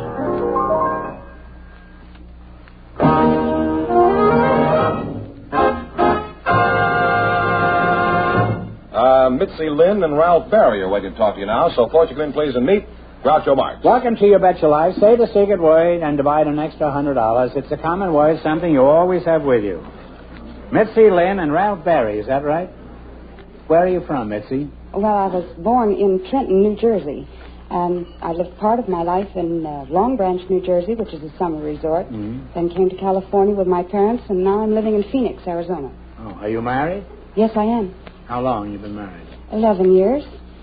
11 years. You don't look as though you've been married a day more than 2 years. Do you realize that? You don't mean that. No, I don't. Occasionally I tell little white lies up there. Well, you're a very young-looking woman, anyhow. What does your husband do? Well, during the week he's a barber, but on the weekends he plays drums. In the barber shop? No. He plays drums on weekends, huh? Yes. I guess on weekends it's a relief to look at some skin that doesn't have hair on it.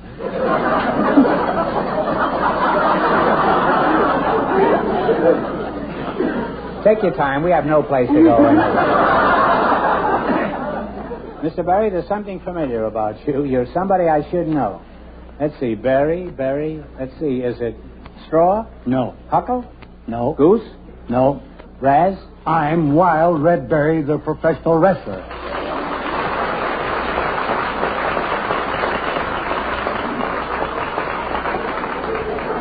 Wild Red Barry? I never heard of him. I know who you are, Red. I knew it all the time. I've never seen you wrestle, but I'd like to go to one of your rehearsals sometime. Red, I'm going to ask you a straightforward question, and I expect a crooked answer. Now tell me, is wrestling really fixed? No. I knew I'd get the truth out of you. Now, Red, if you can throw these other wrestlers around like you throw the bull, you should be the greatest wrestler in the world. Have you ever thought of that? I am the greatest wrestler in all the world. You are. On what basis do you make this modest claim? Have you ever won anything of importance? I mean, in the ring. Groucho, for your information and edification, I was world's light heavyweight wrestling champion 3 times. I was junior heavyweight champion of the world 1 time. I was champion of all Texas. I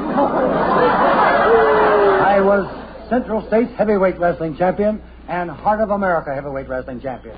Is that sufficient evidence? How do you account for your success, Red? You don't seem to be particularly large and muscular. How can you beat all these gorillas? Are you better at memorizing the script? Because of my brilliant intellect. Because I cause my opponents to proceed into stated bewilderment, genuine uncertainty, and a disturbing sense of inferiority, and on the horns of dilemma, and I paralyze, pulverize, terrorize, demoralize, eradicate, destroy, demolish, ostracize, and drive him to the sodden depths of despair and right through the mat. You're just talking to Dad, is that it? Have you had any mishaps in the ring? I mean, have you ever had any bad bruises?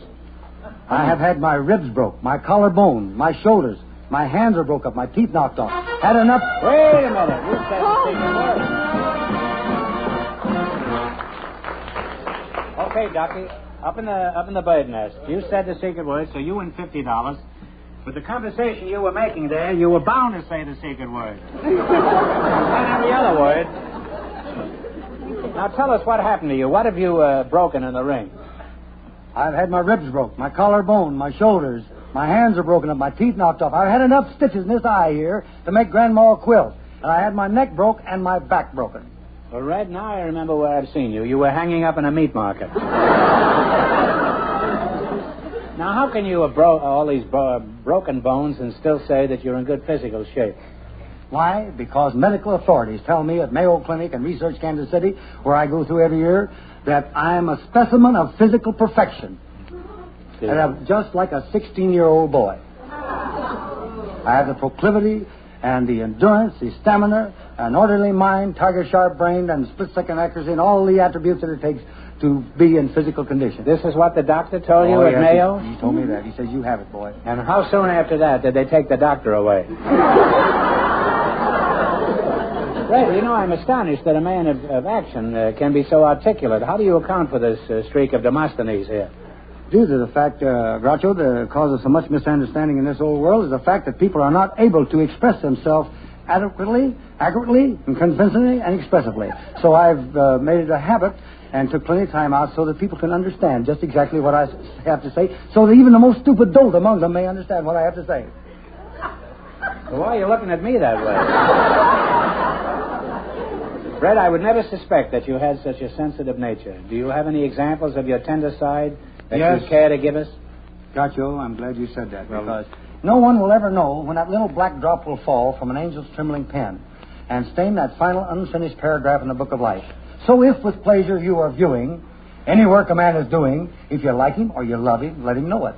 Do not withhold your approbation until that pastor makes oration, and he lies with snow white lilies o'er his brow. For it makes no difference how loud you shout it. He'll never care about it, for he'll never know how many teardrops that you shed. So if you feel there's some praise due him, now's the time to shoot it to him, because he cannot read his tombstone when he's dead.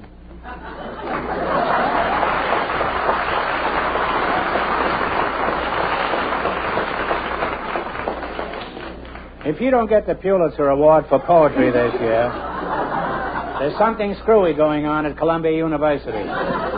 Fred, that was simply beautiful. There isn't a dry eye in the house. In fact, I'm afraid to look. I wouldn't be surprised if nobody's left in the house. Hello out there!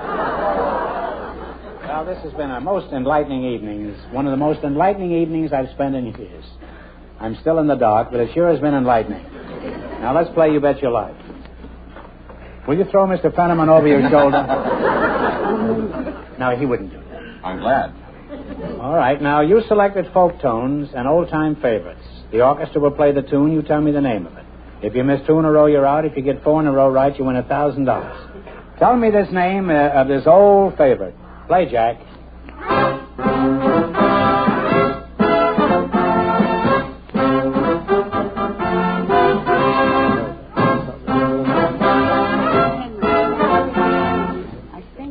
Dance with me, Henry? I'd be glad to, but my name is Groucho.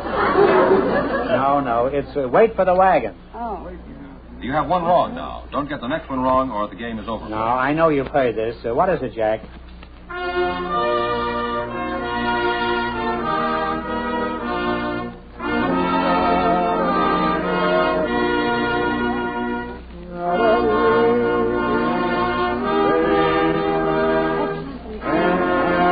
Tenting tonight on the old campground. Camping on the old... Well, that's close enough. Tenting on the old campground. Tenting tonight on the old campground. You now have one right again. You know what can happen if he goes out of here broke? He's liable to throw you over her shoulder. You? Not me. No, I'm sitting down. Huh? All right, what is the name of this old song? Play it, Jack.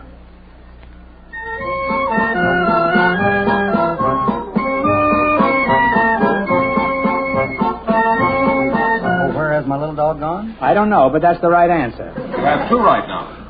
Now, what is this one? Hit it, Jack.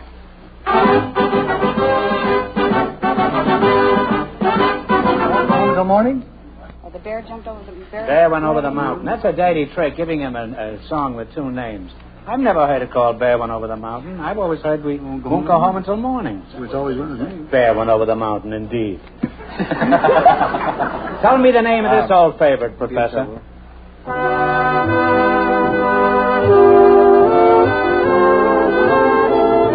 What is it? My old Kentucky home. No, I'm sorry. That's where the bear went over the mountain. I think you got 4 in a row, so you win $1,000. Give her a big kiss, right?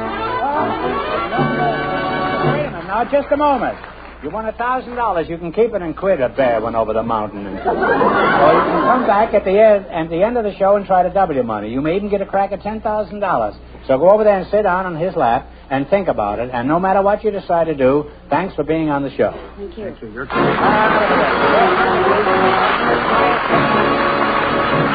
We'll find out if any of our contestants will try for $10,000 in just a moment.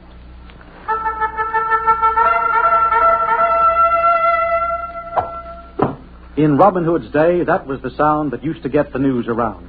Yes, the men of Sherwood Forest used to shoot message-bearing arrows from relay point to relay point until everybody got the news. Well, a message can travel fairly rapidly for a short distance via bow and arrow, but the system wouldn't work very well for news that had to travel many miles to its destination. Keeping up with events is even more important for us today than it was for Robin Hood's men, harassed as they were by the sheriff. And fortunately, we have the fastest means of communication ever devised. We have radio. And NBC Radio, with news on the hour, keeps us posted on worldwide events, wherever they happen, as soon as they happen. In our day and age, this is the sound that really gets the news around. This is Leon Pearson inviting you to keep up with the news on the hour all day, every day, over most of these NBC stations.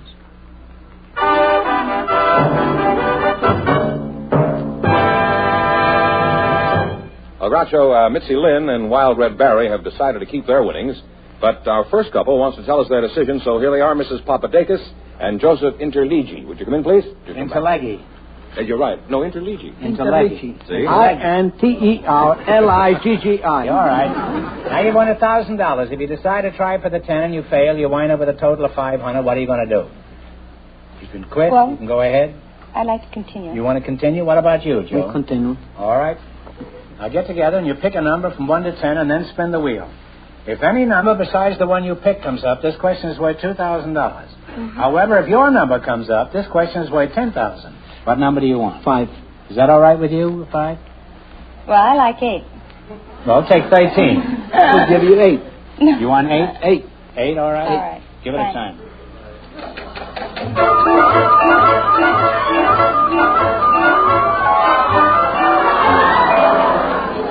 Your number was 8 and it came up 4, so this question is worth $2,000. You ready? During World War II, a family of 5 brothers, all sailing on the same destroyer, were lost when their ship went down in a battle in the Pacific. For $2,000, what was the family name of these 5 celebrated Navy heroes?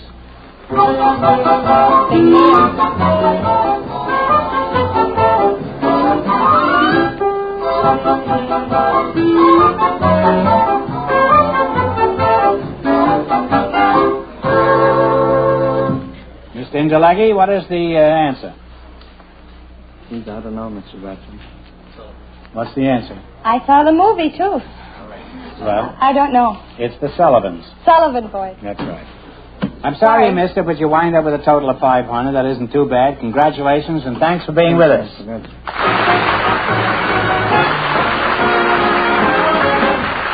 You Bet Your Life is transcribed in Hollywood. Produced by John Goodell. Directed by Robert Dwan and Bernie Smith. Music by Jack Meakin. This is George Fenneman reminding you to tune in again next week, same time, same station, to hear the one, the only Groucho. For the housewife, the wage earner, investors big and small, commentary of vital interest on pocketbook news tonight on most of these NBC stations. It's new. It's amazing. It's Prell. P-R-E-L-L. Procter & Gamble's new Radiant Cream Shampoo in the handy tube. Prell brings you The Life of Riley.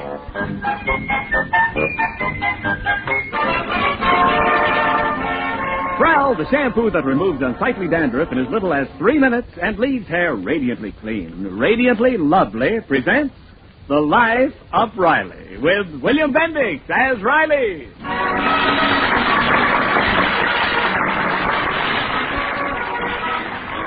In our studies of the life and times of Chester A. Riley, we have seen our hero as worker, philosopher, and child psychologist. This evening, our curtain rises to reveal Riley, the socially conscious citizen, expressing his profound views on the subject of neighborhood betterment. That's a lot of bunk. Neighborhood betterment. Do I have to go to the meeting tonight, Peg? Well, you promised, Dr. Martin, and it's about time you took an interest in some community activity. Oh, it's a waste of time. Do I have to go, Peg? Do I? Oh, I don't understand you. Don't you want to improve this neighborhood? No. How can you say that? No, I'm no fool. I can just see myself working like a dog, improving the neighborhood. And it gets better and better and better. First thing you know, I ain't good enough to live in it, and they kick me out. Oh, they ain't going to trap me. Oh, that's nonsense. Yeah, look what happened to us when we lived in North Hollywood. I slaved away on that community entertainment committee. A fat lot of thanks I ever got. Well, what did you expect? They asked you to get some entertainment for the old men's home. And who do you bring there? Bubbles Latour and her burlesque bombshells. Yeah, the old guys loved it. Was a tonic for him. When Bubbles stepped out on that stage, all those old men jumped up and threw their canes away. Yes, and then they all fell down. Well, why drag in North Hollywood? I'm talking about this neighborhood. Well, so am I. And the least you can do is try to better it for your children's sake. Don't you worry about my children. Worry about your own children. I mean, Our kids are okay. They don't need improving. Now, listen, Riley. You promised Dr. Martin Hey, that you'd... Not so loud. You wake Junior. The little darling is... Junior's still out. Out? Why, the little hobo. I told him to be in bed at 8:30. He's got an exam tomorrow. No kid of mine is going to roam the streets till all hours of the morning. Hi, I made it. It's only 8:30. 8:32. You're late. Well, gee, I'm only 2 minutes late, Pop. Oh, sure. Tonight it's 2 minutes. Next time it's 2 hours. Pretty soon you're staying out all night.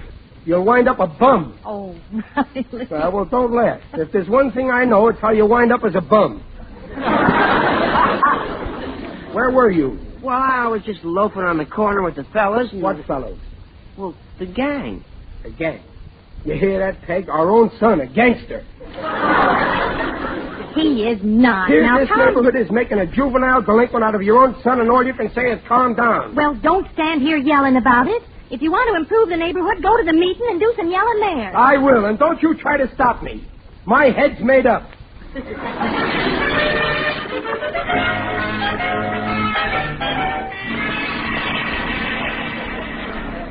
And now, if there is no further business before the Neighborhood Betterment League, the chair will entertain a moment. Mr. Chairman, Dr. Martin. The chair recognizes Mr. Riley. Thank you. I recognize the chair. I got something to say. Do the members of this organization realize that this neighborhood ain't fit to bring kids up in?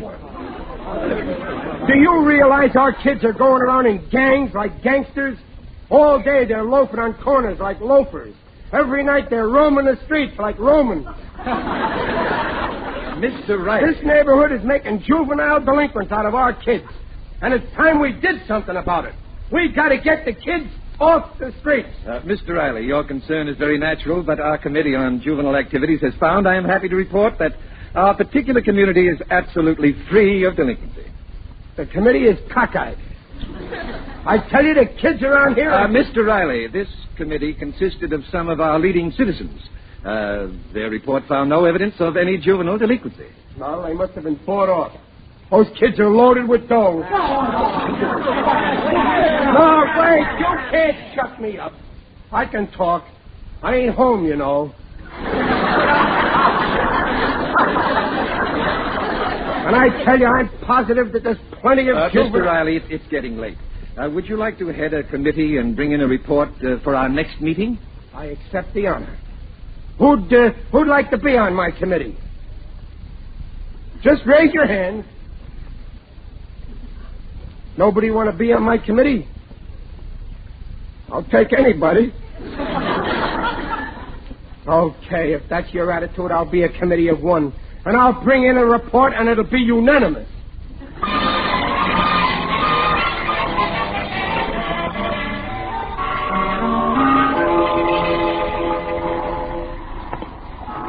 You'll see, Peg. I'm going to watch that boy of ours. Every suspicious move he makes. Oh, Riley, will you settle down? Our son is not a juvenile delinquent. Well, he will be when I get through with him. I mean, Peg, you're too easygoing. Junior's a good boy, and his friends are good boys. Oh, you talk just like those guys at the meeting. Well, they're right. After all, the people on the committee were experts, and their report That's right. stated... Take their side against mine. They're experts. I'm just a nobody. I didn't say I'm that. uneducated. No, I didn't say that. I'm just a big dope. Got you there.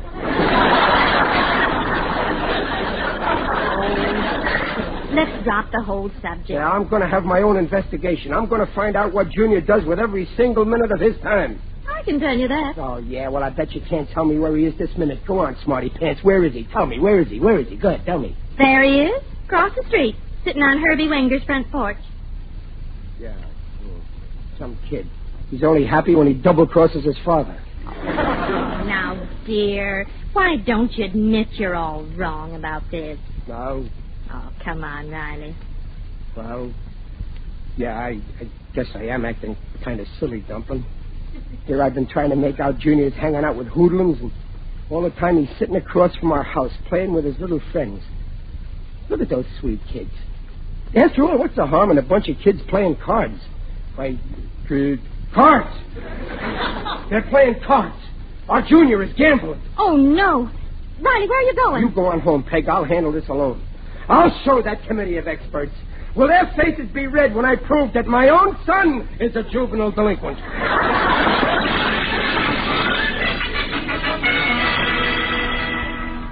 Okay, now, abracadabra, mola, ooka dooka, and here's the cards you picked, the 10 of diamonds. Gee, well, that's a swell trick. How'd you do it, Junior? Oh, anybody can do it. It's a marked deck. You get them in the magic store, 20 cents. What did you tell him for, Egbert? You're always blabbing. Oh, well, no wonder you could do all those card tricks. Hey, look, there's your father, Junior. Oh, hi there, Pop. How would you show Give me them Stan- cards. Huh? Gambling in the street. Oh, no, Mr. Riley. I got eyes. I seen you. Well, I was just doing a few tricks. Likely story. I'm surprised at you, Junior. When a Riley gets caught doing something crooked, he admits it, because he's honest. But, Pop... Now, look, fellas. Don't you know that gambling is only for suckers? It never pays. It can't pay. Oh, we were just having some fun. Oh, sure. That's how every gambler starts, for fun. Then he starts doing it for money. He loses a little, so he gambles more to win it back. He loses more. Soon it's in his blood. He can't stop. His wife and children are starving at home, but he don't care. He keeps on gambling. I'm appealing to you. Give up this gambling, boys. Go home to your wife and children.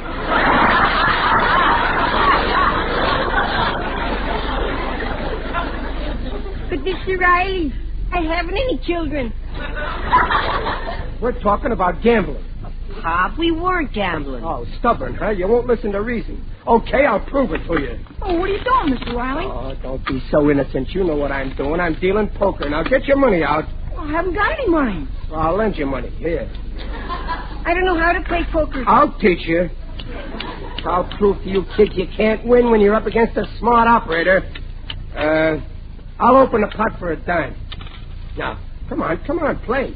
You staying, Junior? Well, okay. Well, put in a dime. Okay. I'm in, too. Here's my dime. Oh, good. Now, how many cards you want, Junior? 4. Mm-hmm. Hey, this is fun. Yeah, it won't be fun when you lose. I've seen homes wrecked by gambling. I'll take 2, please. 2. 3. Great, okay. I'll stand pat. You kids are suckers. I bet a quarter. You better drop out. I'll raise you a quarter, Pop, if you'll lend me a quarter. Oh, sure, here. Falling right into my trap. Well, I'll see you the quarter, Junior. I won't raise you even though I got a pair of jacks. I bluffed you. It's a shame to take your dog. Take your hand off that money. I got 4 aces. Come on, fellas. I'll treat you all to sodas. Wait a minute. You can't quit when I'm losing.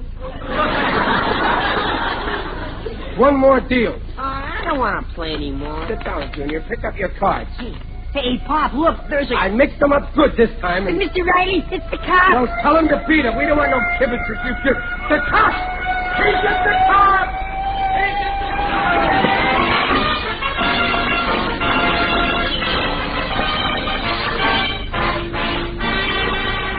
You ought to be ashamed of yourself, Riley. What'll people say?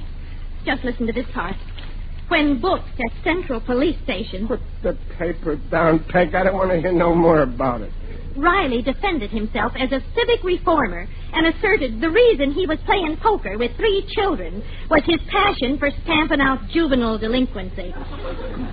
I ain't listening. However, the marked cards found in his possession led the police to suspect he was fleecing the 3 boys. I wasn't fleecing them. They was fleecing me. I'll sue those cops. 3rd degree, that's what it was. And your son over there. Fine, loyal type he turned out to be.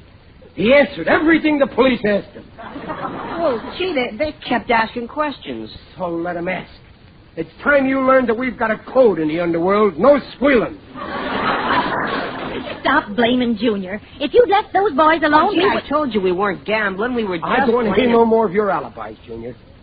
This is what comes from letting kids roam the streets in the dead of night. Oh, it was only 8 o'clock. Now stop all this. Stop.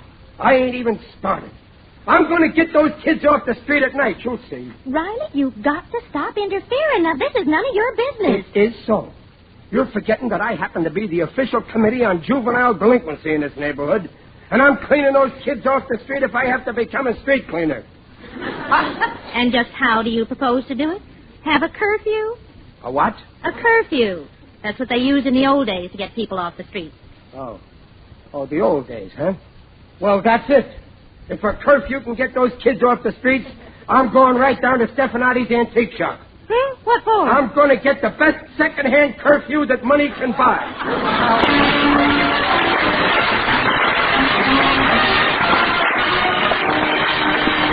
We'll hear the second act of The Life of Riley in a moment.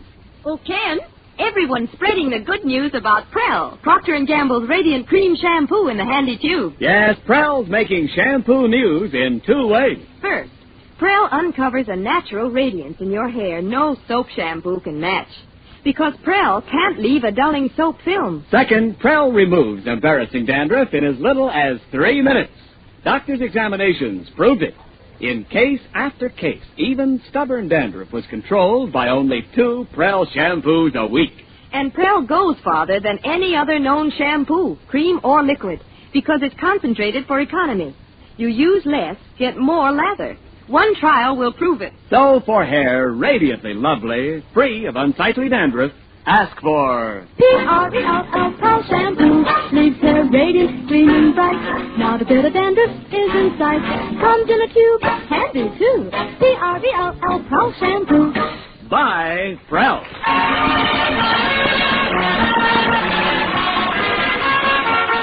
And now back to The Life of Riley with William Bendix as Riley. Oh, Riley, you can't be serious about this. No, I certainly am. What do you think I bought this curfew for? Listen, it works great.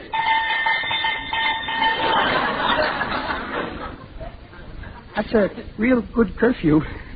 It's a cowbell. It is not a cowbell. Anyway, it'll do the trick. I'm going to march through the neighborhood every night at 9 o'clock.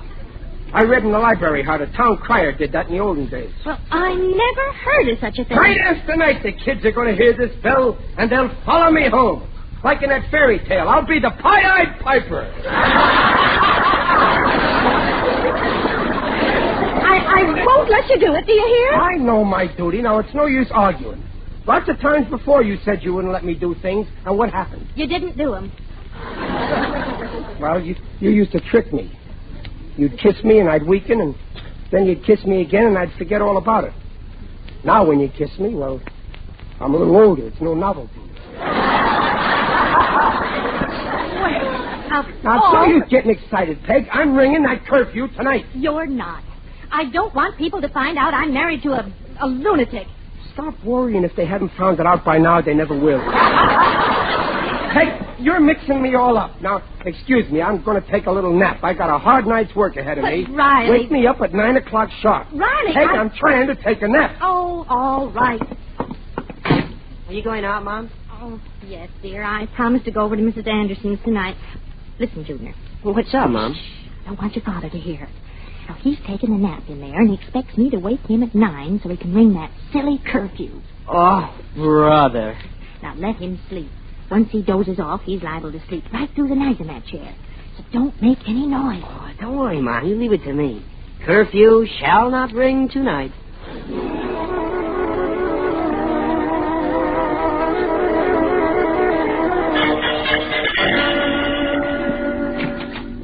Is that you, Mom? Junior, what are you doing out of bed? It's after midnight. I woke up. I thought there was an earthquake. An earthquake? Yeah, but it was only Pop snoring. Listen. Oh. But he didn't wake up, huh? No. Good. Well, tomorrow I'll talk him out of this curfew business. Look at him, sitting there with that silly bell in his hand. Oh, well, I better get him to bed. Riley. Riley, wake up. What's the matter? What time is it? Well, it's late, dear. It's time you were... Curfew! Well, thanks for waking me. Where's my bell? But, Riley, wait a minute. I can't stop now. I'll see you later. Come back here. Curfew! Curfew! Curfew! Curfew! 9 o'clock. All kids in bed. Curfew! Curfew! Hey, what's going on down there? Curfew! Huh? Hey, pipe down. Cut out that noise. Where's curfew? Hey, who's making all that noise down there with that bell? Curfew! Curfew? Go home, you just... Curfew! Hey,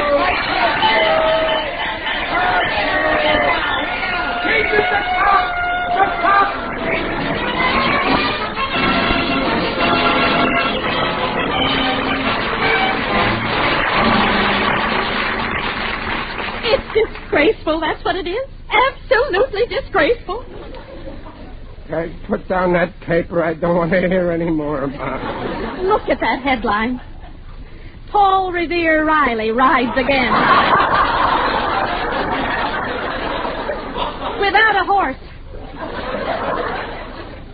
Arresting innocent citizens. I'm through paying taxes. And just listen to this. We had to release him, asserted Police Chief Lou Schneider. We wouldn't have enough jails if we had to lock up every crackpot. Crackpots, huh? I'm suing them for libel. They got no proof. Believe me, dear, they've got all the proof they need. Oh. So you're against me, too? Oh, no, I'm not. But after all... You'd think a guy's own wife would stick by him. After the kind of a husband I've been, too. Well, I'm through. What, Riley, well, wait. Where are you going? I'm leaving. And I ain't never coming back. Never. Goodbye. What time is supper, Peg?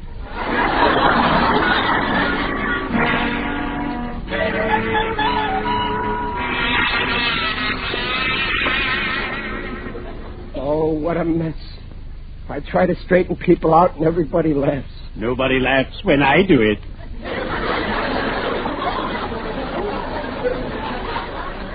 Who's that? It is I, Digby Odell, the friendly and the day guy.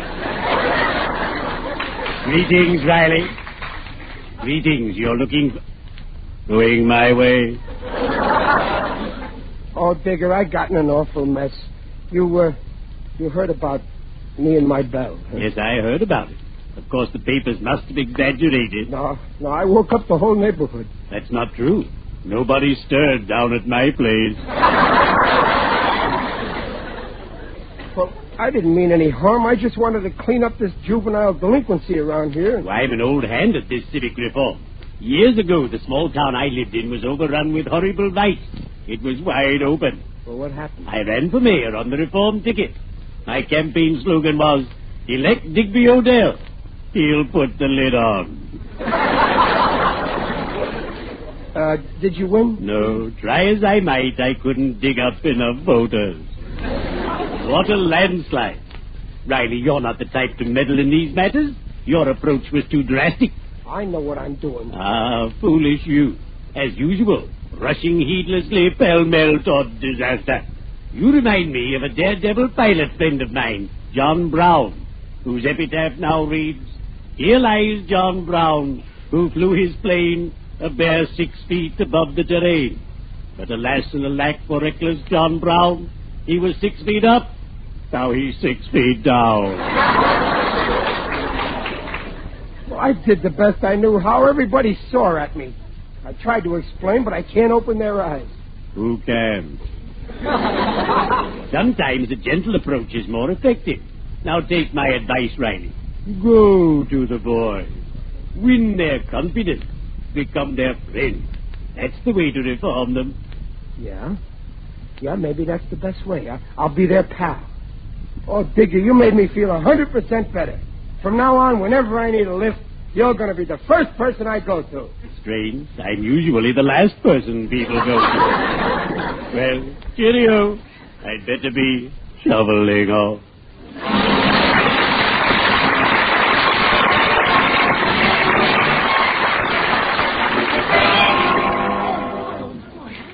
Another round of soda for the boys, Joe. Make them doubles this year. Oh, boy, thanks, Mr. Riley. It's your swell you to treat us like this. You're okay. You know, all the guys in the neighborhood are here. Oh, it's nothing, boys. Forget it. But as long as we're all here, I'd like to tell you a little story. Story about what the streets can do to a boy. A boy who almost went bad, but in the end went good. I am that boy. The story begins... Well, so long, Mr. Riley. I gotta go. Yeah. Wait a minute, fellas. No, wait. Don't go. Hey, Joe, another round of sodas for the boys. Oh, no, thanks, Mr. Riley. I've had 5 sodas already. I had 6. Have 7. A round number. Well, kids, as I grew up, I was absolutely no good. Always loafing around the streets. I was a real tramp. Hanging around pool rooms, shooting dice, playing horses and women. Well, by that time I was 8 years old. 16 more sodas, Joe. And then...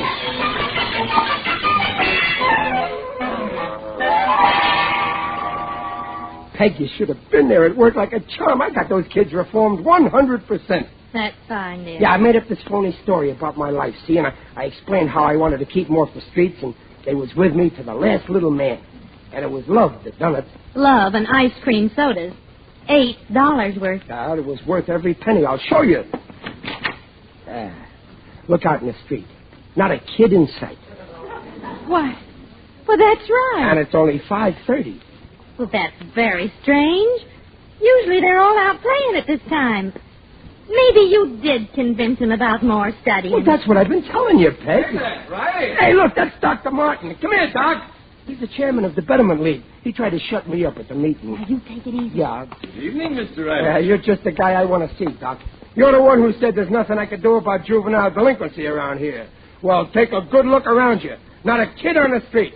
They're all home. And I'm the one who's responsible. You can't deny that. No, I can't. Yes, sir, I've done it, and you know how I've done it? I certainly do. I've just treated 16 boys in this neighborhood for acute gastritis, ice cream soda poisoning, and their parents insist that you pay the bill for my services. Here, $48.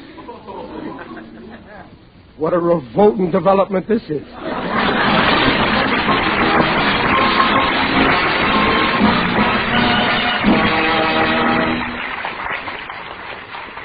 The Rileys will be back in just a moment. Thousands of letters praise new Prell, Procter & Gamble's Radiant Cream Shampoo in the handy tube. From Detroit, Michigan, Miss Eleanor P. Koss writes, The other night I tried Prell for the first time.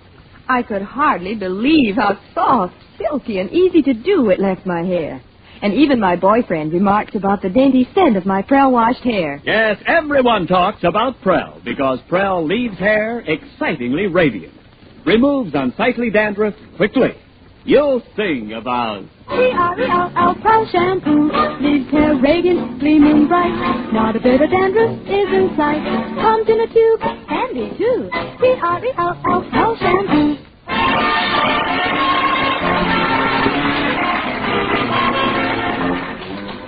Well, I'll see you later, Peg. Wait a minute. Where are you going? Well, there's another meeting of the Betterment League tonight. And you're going? Well, sure. I got lots of ideas how to improve... Don't go. There's a good movie at the Bijou. But, Peg, last week you said I should go to the... Oh, I see. You ain't got no confidence in me. You're afraid I'll make trouble again. You don't think I'm any good. Oh, no, dear. It isn't that. It's just that, well, those men there really don't understand you. You see, you're so much smarter than they are.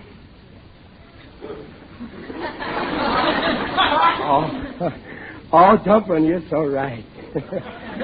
What's playing at the movies tonight?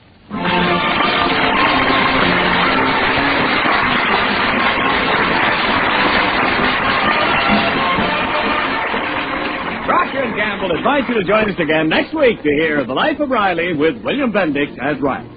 The script is by Reuben Schiff and Alan Lipscott. Direction by Mitch Linden. Music by Lou Kozlov. Mrs. Riley is Paula Winslow. Digger Odell is John Brown. Junior is Tommy Cook. The Life of Riley is produced by Irving Brecker.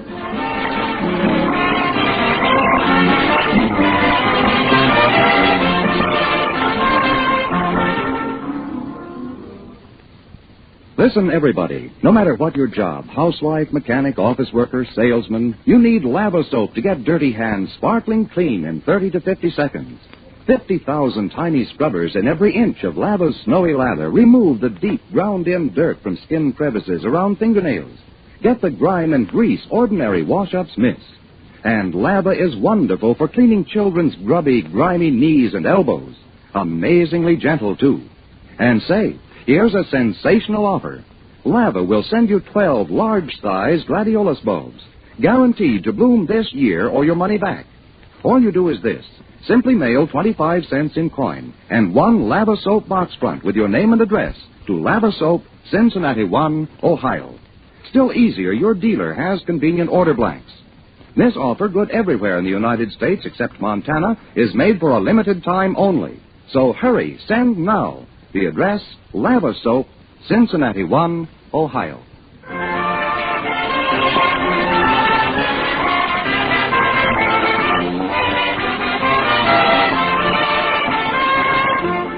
And this is Ken Niles reminding you that for radiantly clean, lovely hair, get the shampoo in the tube.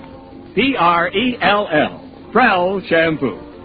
And listen again next week when Prell brings you The Life of Riley. And now, stay tuned for Truth or Consequences. Good night.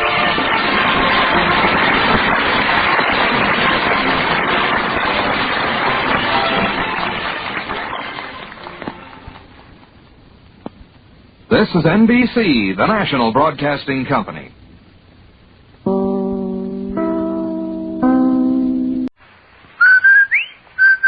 Andy, did you hear that? Come on, will you? Did I hear what? That whistle.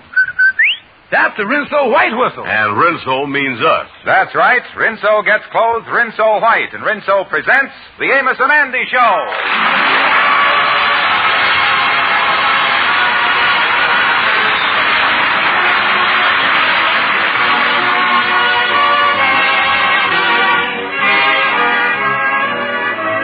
Rinso for a wash that's... Rinso White? Rinso for a wash that's... Rinso White? Yes, a Rinso White, Rinso Bright wash can't be beat. Soapy-rich Rinso suds get out stubborn dirt fast. Put Rinso to work for you in your tub or washer, and judge for yourself how much easier wash day can be, how much better your clothes will look. And nowadays, when you're trying to get as much wear as possible out of your things, you'll appreciate the fact that Rinso is easy on your clothes, safe for washable colors. Next wash day, remember... Rinso White? Rinso White? Rinso for a wash that's Rinso White, Rinso Bright. And now our stars, Amos and Andy.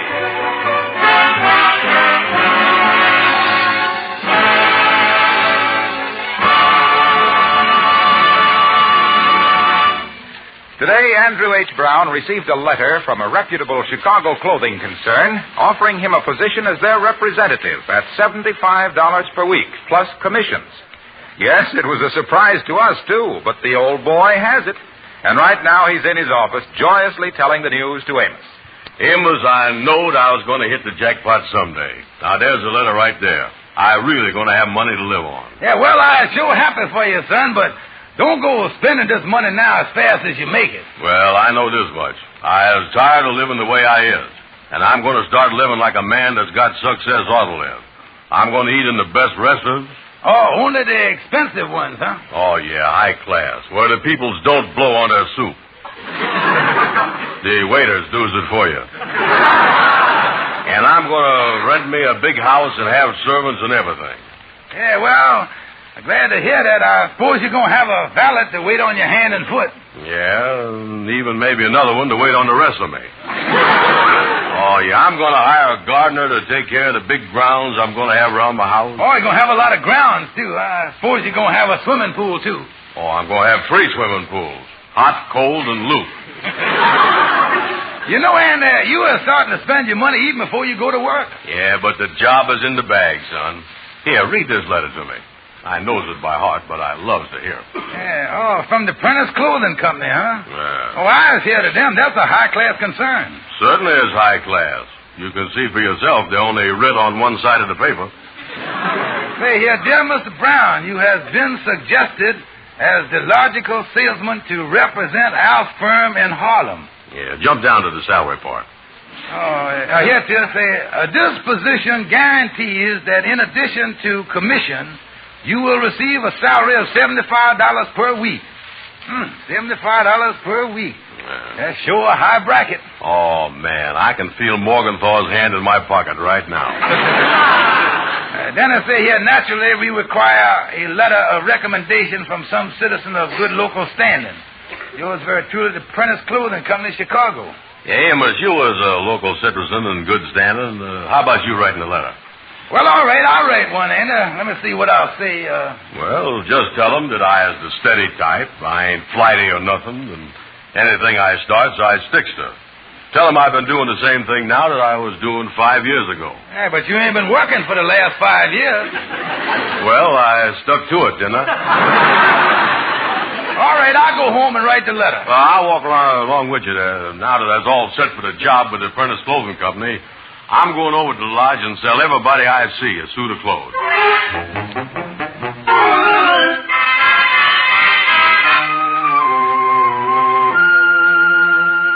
How, Miss Andy, the Kingfish will be back in just a little while. Lightning, what is the matter with you? What did you say? Don't never walk up to me looking shabby like you look now. It's a disgrace to be seen talking to you the way you was dressed. What do you mean, Miss Andy? Oh, that is the baggiest looking suit. I ain't never seen nothing look like that. Yeah, well, I suppose it's supposed to look like that. It's a sack suit. Well, it looked like a sack, all right. Turn around. Let me see if you got Pillsbury printed on your back there.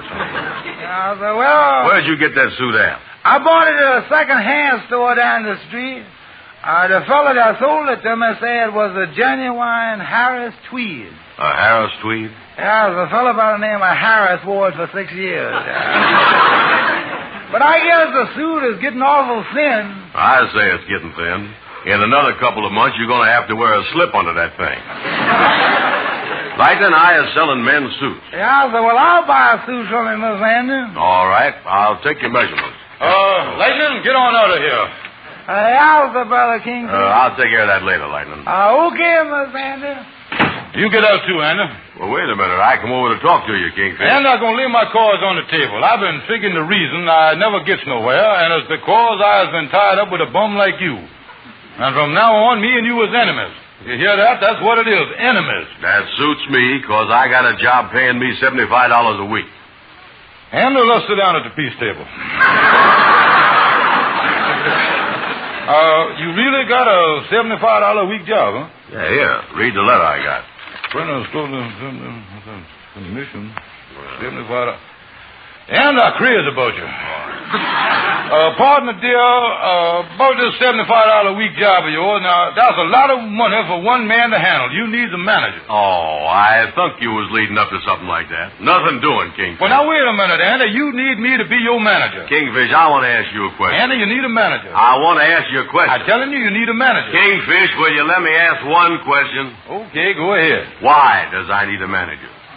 Well, now that you asked the question and that's over, let's get on with the thing here. Now, as your manager... Listen, Kingfish, I found this job myself. It was offered to me, and I'm keeping it for myself, and I don't need no partner or no manager. Yeah, but Andy, we has always been partners, old pal. We has always been in business together. Work together, fail together. Think of the beautiful bankruptcies we has had together. Kingfish, you ain't cutting in on this thing. It's mine. Andy, my boy, you is tired. You don't know what you are saying. You got to rest. And unlatch yourself. Now, you sit down here and stop worrying. Just leave your mind a blank, and I'll be back in 3 hours with a contract all in your favor.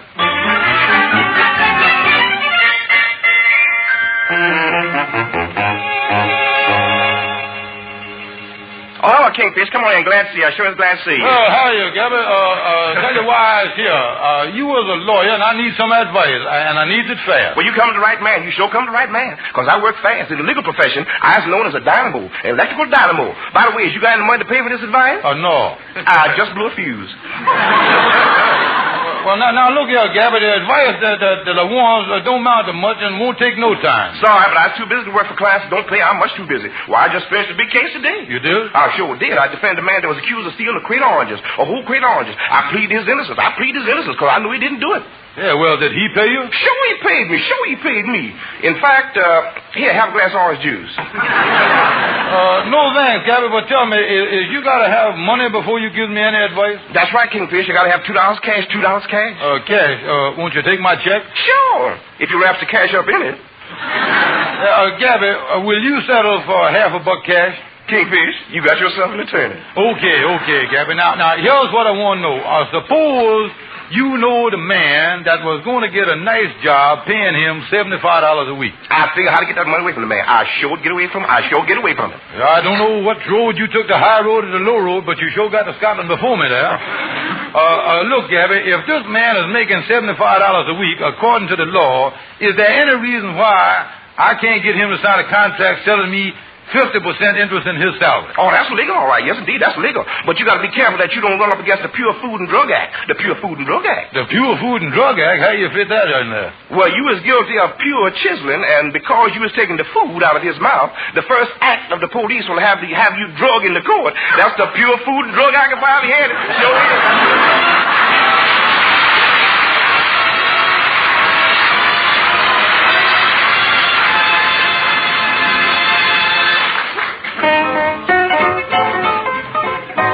Let's hear the Mystic Knights of the Sea Quartet sing The Night Train to Memphis.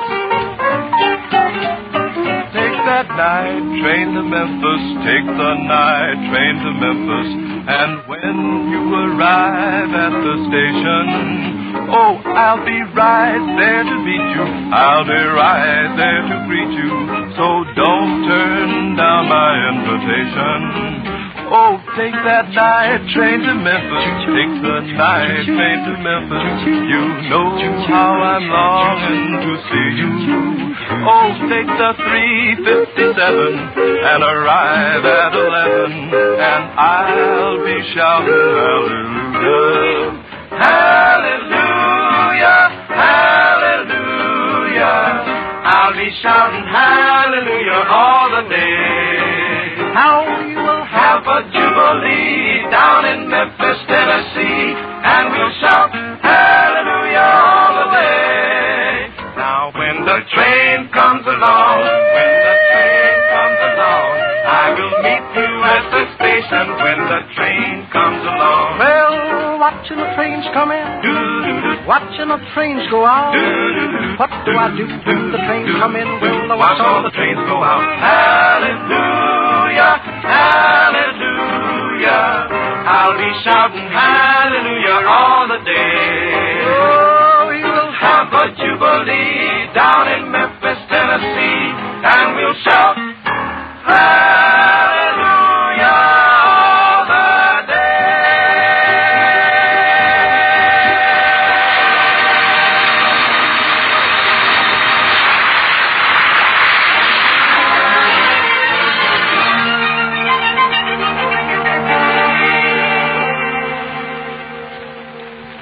You say you told Andy to meet us here at the lodge hall, did you? Oh, yeah, Henry. He ought to be here in a minute. And I want you to know that I let you in on a nice thing. I just couldn't raise $25 by myself. Yes, well, here's my $12.50. Good, and there's mine. That gives us $25 to buy half interest in Andy's salary. Mm-hmm. Hey, wait a minute. I hear somebody coming now. Yeah.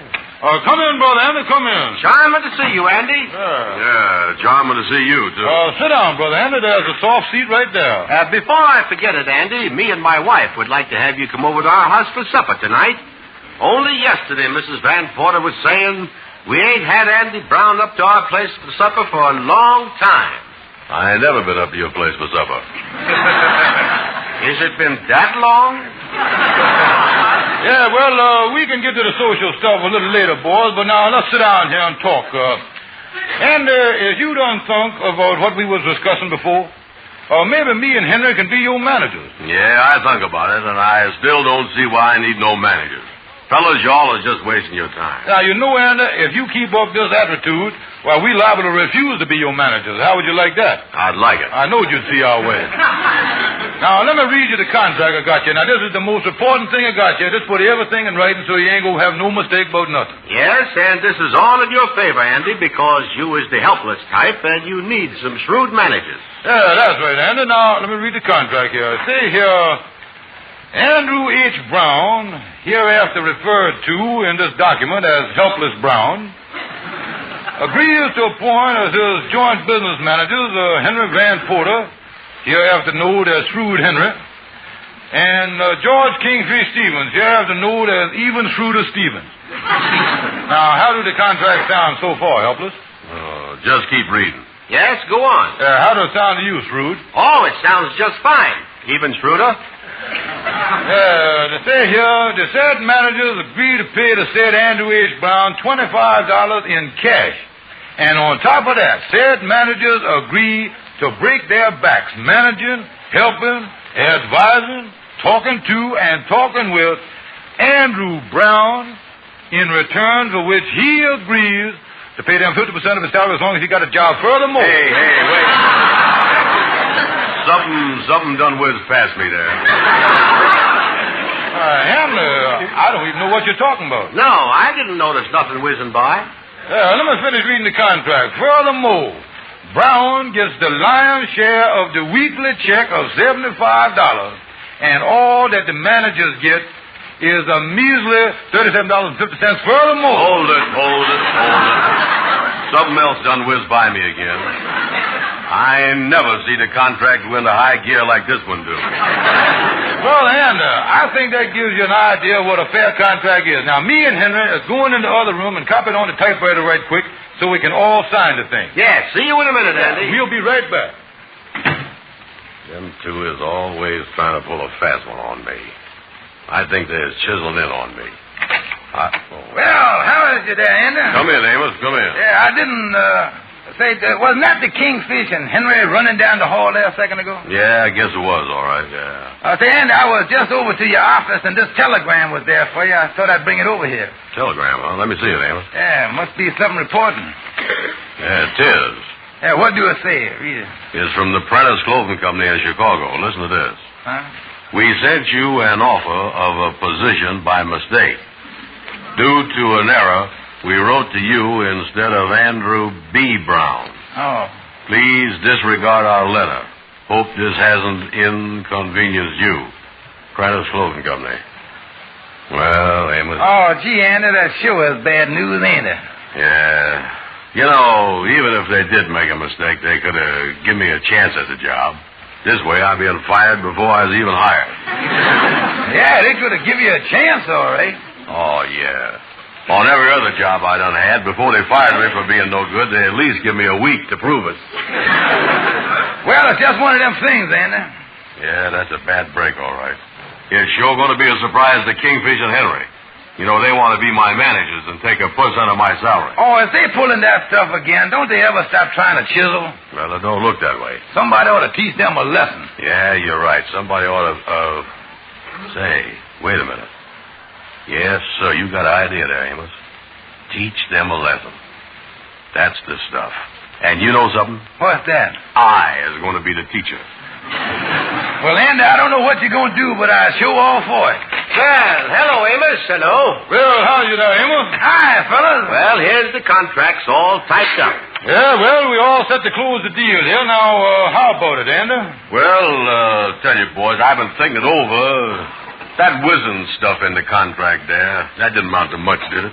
Oh, no. It didn't amount to nothing. You ain't heard nothing whizzed there, Andy. Yeah, and you guys wouldn't take revenge of me, would you? Oh, absolutely not, Brother Andy. No. Oh, no, we're your friends. Everything is in your favor. Yeah, and you need a couple of managers bad, too. Yeah. I guess you're right, Kingfish. Well, give me the money. I'll sign the contract. Oh, great. Put it there and shake hands. Great. Yeah. Now, here is the $25 in cash. Yeah. Well, look at that green stuff there.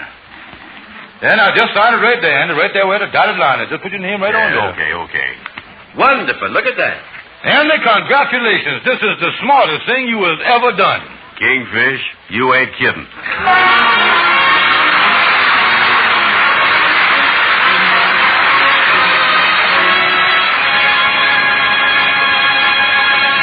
A Rinso whitewash. With ease. A Rinso bright wash. With safety. Is it any wonder that women here, there, everywhere are singing? Rinso white. For a wash that's white as it can be. Rinso bright. B-R-I-G-H-T. Yes, Rinso keeps your colors bright. It's a more dirt for a wash so white. Is great advice. You can't go wrong. Rinso white. Rinso white.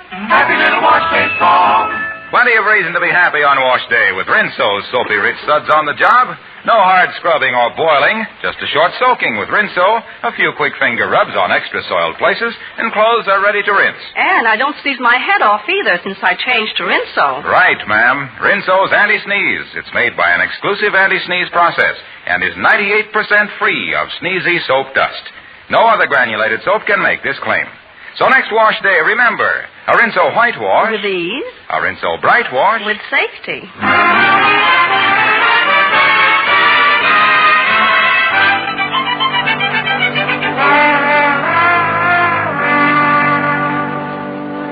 Well, come on, Henry. Let's drop into Andy's office here. Well, it doesn't look like he's in. Yeah, well, we wait for him. Maybe he's out trying to sell some suits. Sit down. By the way, Kingfish, just what is we supposed to do as Andy's managers? Oh, nothing. Just collect 50% of his salary, that's all. Oh, we got a sucker here, Henry. Yes, I wonder if our friend Andy has took any orders yet. Yeah, well, that I don't know. Well, wait a minute. Let me peek in his desk drawer here. That's where we keep him. Yes, take a good look in there. Wait a minute. What is this? Henry. What is it, Kingfish? Listen to this. It's a telegram to Andy. Say here, we sent you an offer of a position by mistake. Due to an error, we wrote you instead of Andrew B. Brown. Please disregard our letter. Hope this hasn't inconvenienced you. Signed, Prentice Clothing Company. Henry, Andy ain't got no job at all. Good gracious, our money. The $25 we has been slugged. Hey, wait a minute now, Henry. Look here. I just thought of something. Amos opens a lot of Andy's mail when he ain't here. Maybe Andy ain't seen this telegram. Maybe Amos put it in the drawer. Yes, that's a possibility, all right. What must we do? Well, now, look here. Before we tackle Andy, I think that we ought to try to sell our interest in Andy to somebody so we can get our $25 back. Yes, but who? Well, we has got to search for somebody that's a sucker, some guy that ain't very wise. We has got to search for... Hiya, fellas. The search is over. Say, Shorty, glad you dropped in here now. Tell me this, how would you like to manage Andrew Brown and get a % of his salary? Now, that's the best way in the world of getting yourself a lot of money for doing nothing. Oh, no, that ain't no good, Kingfish. I don't want nobody breaking their back for me. Yeah, I can see that you don't know nothing about economics. Who don't know nothing about what you said? Well, who don't? But the idea when you get a man working for he starts fluctuating with the Social Security. Yeah, well, what's Social Security got to do with it? Well, what's it got to do with Social Security? Well, what has it got to do with it? Well, if a man works for you and he bring in some money, you start getting social, and as soon as you get some money, your relatives come and stay with you, and they think they got security. That's Social Security. That's what it is. But Shorty. I know, but if we do what you say, how are you going to handle the supply and demand? And you know what that does, don't you? Yeah, what do it do? Well, you get that ain't a fair question. Yeah, well, answer it. Go on, answer it. Well, according to the figures released by the Federal Construction Committee, which is the subcommittee of the Federal Bureau of Internal Combustion, and the subsidiary of the which that answers your question right there. You see. Tell me this, what has all this got to do with economics? What's it got to do with it? I just told you. The thing is, what I mean, you see, Look, Shorty, if Andy works and you get half his salary, that is economics. Now, even the government down in Washington is back of it. Oh, don't tell me about Washington. I know the government. I know the man that runs the government. Now, you take that fellow in the cabinet right down there. What's his name? The man with the white hair. The man with the white hair. McNutt? Oh, I wouldn't say that about him. Well, Shorty, who are you talking about? Well, I'm talking about the man, the head of the State Department. He just resigned, Mr. Shell. Hull, Mr. Hull. Yeah, well, him too now. Now that man that took his place with the gray hair, Mr. Consensus. What did he do? Well, he didn't do that at all. He didn't. Can't get away with it, that's why. Now, just a minute, boys. It seems to me that we is getting off the track here just a little bit. Now, listen, Shorty, take my advice. If you want to make some big money and let Andy go to work for you, got it. No, like I've been arguing, I just couldn't do that. I couldn't have a man working for... It's against my principle. I just wouldn't feel right. I feel so guilty. I never wanted... When can he start? Now, look here, that's the spirit, Shorty. Andy Brown can start earning money for you as soon as you pay us $25.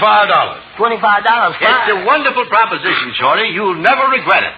Just give us the $25 and we'll consider the deal closed. Oh, sure. I can give you the cash right now. I got my checkbook right. I think there's enough money in the cash register. We can go over to the bank. I ain't got a dime.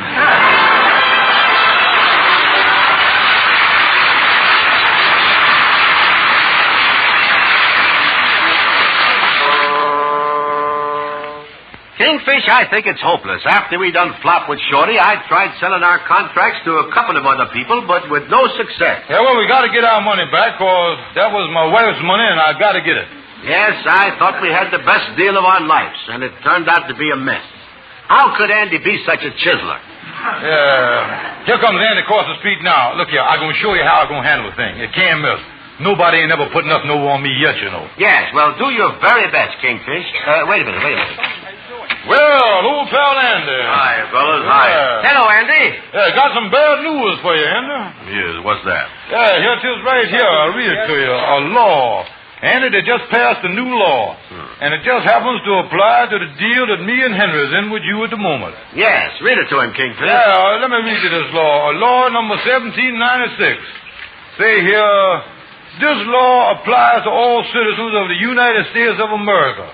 This law has been passed and approved by the Army, the Navy, the President, the Senate, and good housekeeping. Well, I guess that takes in about everybody.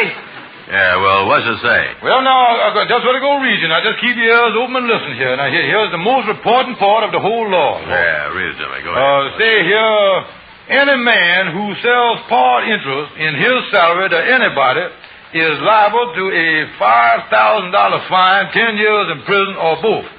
Or most likely more. You see, a very rigid law. Yeah, well now, Andy, I think that gives you the whole picture. Yeah, I got the picture good. You two chiselers has been sticking your nose in my drawer and you found out about that telegram. You has been chiseling all your lives. And I took your $25 because I wanted to show you that two can work at the same game. Yeah, but Brother Andy. Yes, Andy, why? Well, wait a minute. Yeah, Andy, we only wanted to help you. Oh, why don't you stop crawling? By trying to chisel me, you done chiseled yourself. You see there? Can't you take your lesson like a man? Oh, now, Brother Andy, wait just a minute, will you please, Andy? Now, look, Andy, as your old pal, the Kingfish, don't forget now, we has been brothers in that great fraternity that messed it nicer to see for years, Andy. Sure, yeah. I didn't mean it, Andy. Honest, I didn't.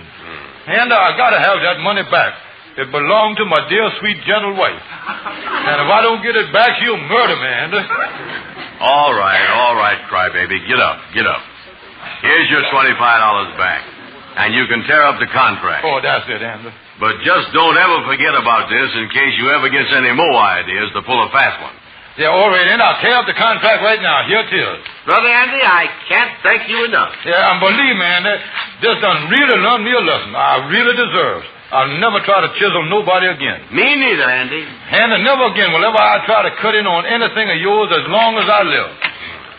Yeah, well, come in. Oh, yeah, come in, Amos, come in. Hi, fellas. Andy, here's another telegram that came for you at your office, and when you wasn't here, I've been out looking for you. Oh, thank you, Amos. What is it, you know? Well, read it. Yeah, well, it's addressed to me, all right. From the Prentice Clothing Company. It's we informed you by telegram that our letter offering you position was a mistake. We have since received such a strong letter of recommendation from Amos Jones that we have decided to give you the job as our Harlem representative. Well, then, I just happen to have another contract. Get away from me.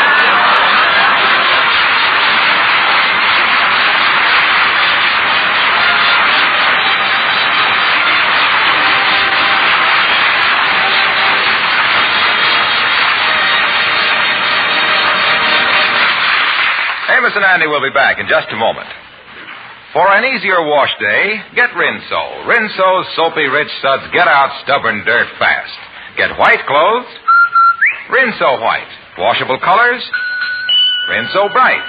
And ladies, a Rinso White, Rinso Bright wash is something to be proud of. You'll find Rinso a big help with the dishwashing, too, and with all the soap and water jobs around the house. And now, here are Amos and Andy. Well, Andy, I don't understand it. You got that job with the Prentice Clothing Company on Tuesday, and here it is Friday, and it's all over already. Well, you know, Amos, like I say before, every job I have had, they give me at least a week to prove that I'm no good. Yeah. This time I outdone myself. Only took me 3 days.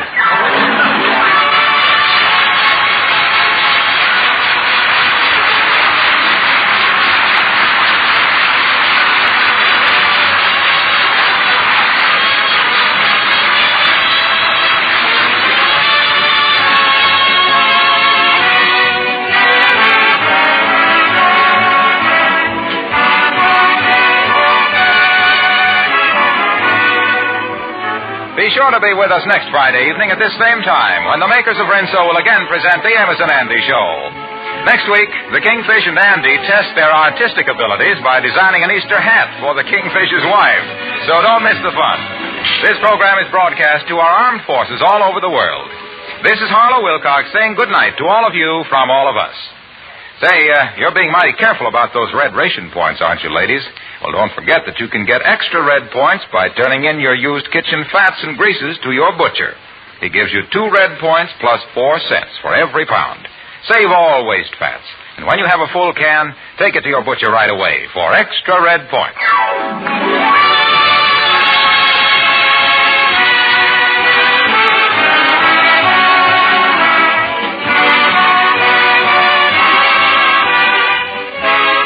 This is the National Broadcasting Company.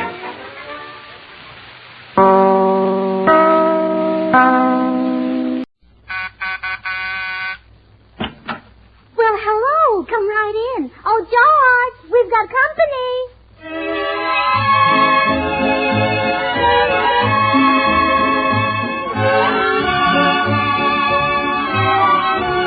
This is Bill Goodwin speaking for Lever Brothers, makers of Swan, the new white floating soap. Well, it's Tuesday night again, and that means another pleasant visit with George Burns and Gracie Allen and Paul Whiteman and his music. And now meet the people who live in the Burns house, George and Gracie.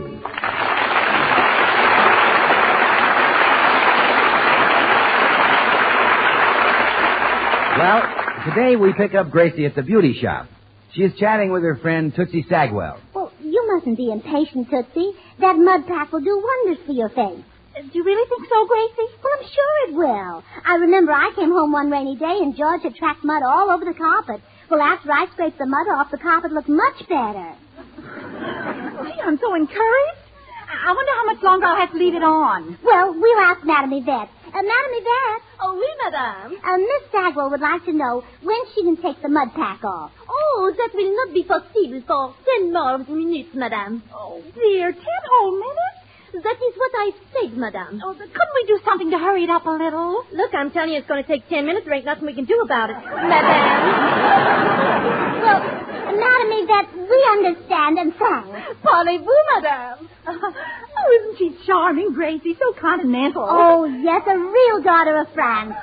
I must invite her over for camembert sometime. Oh, do you like camembert? Oh, yes. Of course, I never drink much. The bubbles get in my nose.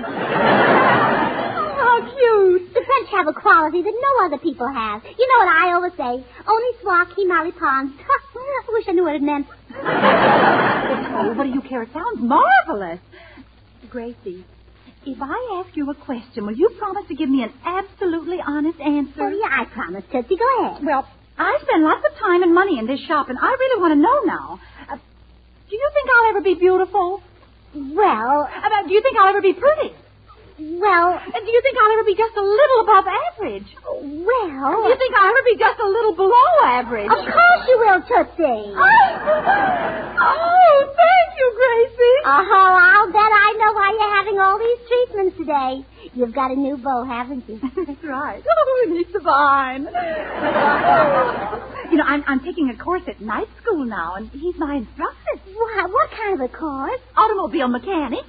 Why, that's wonderful. I'm taking my 3rd lesson tonight, and I simply must look my best. He and I are going to crawl under a truck together.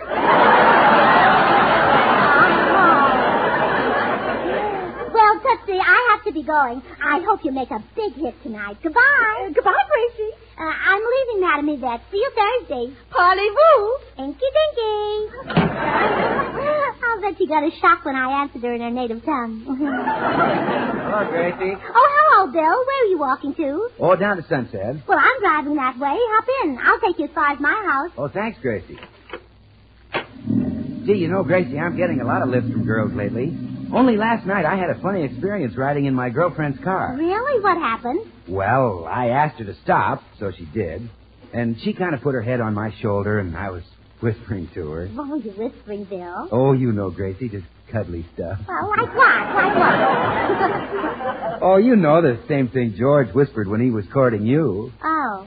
And did she lend you the money?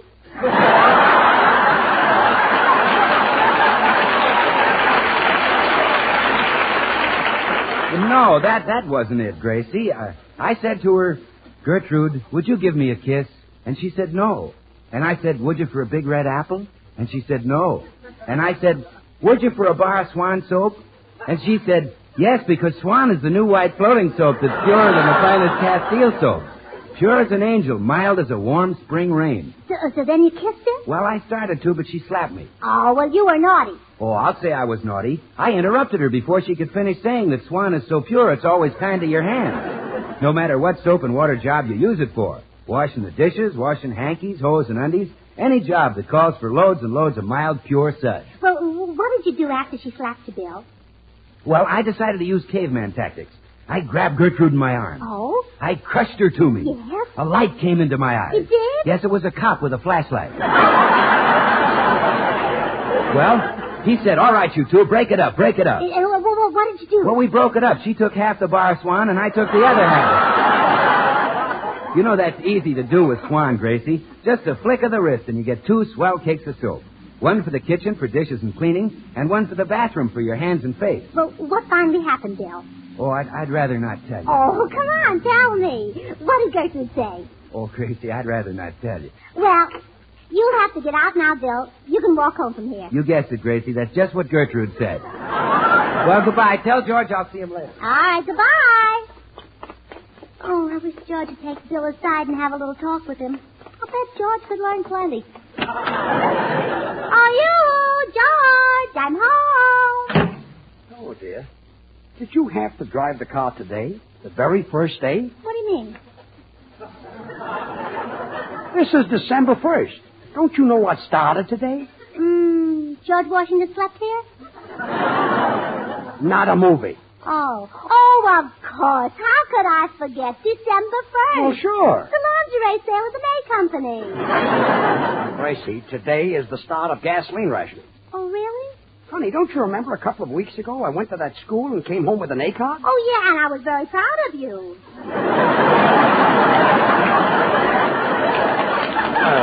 Thanks. Very proud of you. Well, although I did wonder what subject a man of your age was taking.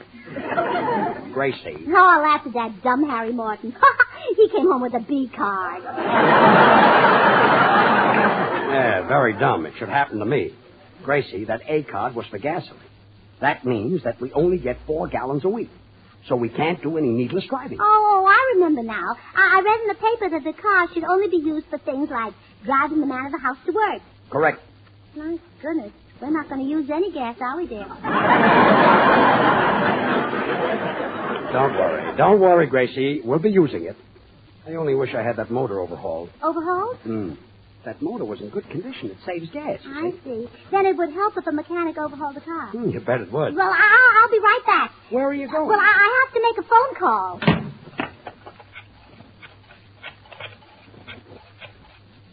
Hello, Tootsie? Tootsie, this is Gracie.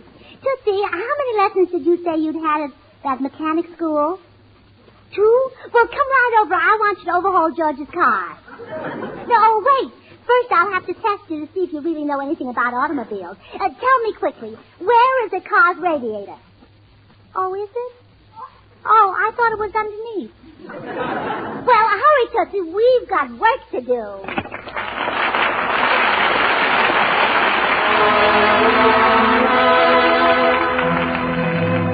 This is Paul Whiteman. From Irving Berlin's smash hit, This Is the Army, the boys in the 6 Hits and a Miss have cooked up a mighty military arrangement of This is the Army, Mr. Jones.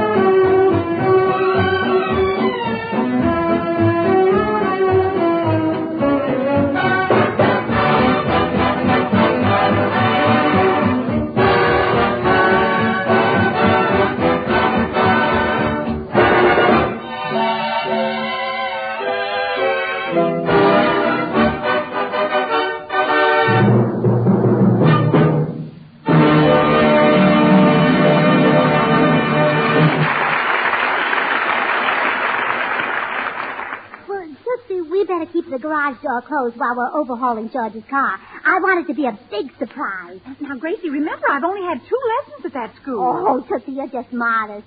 Tell the truth, you've always looked like a mechanic to me. Oh, you're sweet. Gracie! Oh, Gracie! Oh, dearest George, you stop working, Tootsie, and I'll be right back. I'm coming. What is it, dear? Look, I just got a call from Harry Morton. He told me he'd be waiting for me tomorrow morning. What's it all about? Well, you'd been talking about sharing rides, so I arranged the carpool. Oh, well, good. Now, tomorrow you pick up Harry Morton and Mr. Bracebridge and drop Harry off at the Douglas airplane plant. Then... Wait a minute. Harry Morton's in the real estate business. Yeah, I know he is. He only works at the airplane plant to make a living. Well, that's a smart move. And now the next day, you pick up Jim Bagley and Mr. Bracebridge, and you drive Jim down to the Venice amusement park. Wait a minute. What kind of work does he do at the amusement park? Oh, he doesn't work. His wife has joined the wax, and he gets an allotment from her. Well, good for him. Now, the following day, you pick up Harvey Fowler and Mr. Bracebridge. Hold it just a minute. That Bracebridge has been with me now for 3 days. Where is he going? No place. You see, he hasn't been feeling well, so his doctor told him to get plenty of fresh air. Look, I listened to all these arrangements you made for me, and now I would just like to... Oh, please, don't try to thank me, George. It embarrasses me. But I know how grateful you are, so let's just forget it. I'll see you later, dear. Oh, George is such a darling. It takes so little to make him happy. Oh, my goodness, Tootsie, you've done lots of work. Oh, yes, I've been busy, all right. First, I went over the whole motor with a damp sponge. Oh, wonderful. But, Gracie, I had a slight accident. The sponge fell down inside the motor somewhere and got lost. Oh, well, don't worry about it. Sponges are very cheap. I took out some of the parts and cleaned them separately. Want to help me put them back? Well, I'll be glad to. What are these little things? Oh, those are spark plugs. My instructor says that spark plugs can waste 10% of your gasoline. They can? Well, let's throw them away. Oh, now we're making progress. Well, what's this funny thing over here with the wires coming out of it? That? Oh, but that's the... that came from... Gracie, are you sure that's part of the car? Well, it's in the same pile with the other stuff you took out. I guess I haven't reached that lesson yet. Oh, well, it doesn't matter. We'll just leave it out. Is that safe? Oh, perfectly. One little part couldn't keep a car from running. Why, we drove into a garage once for a checkup, and the man told George his motor'd been missing for days.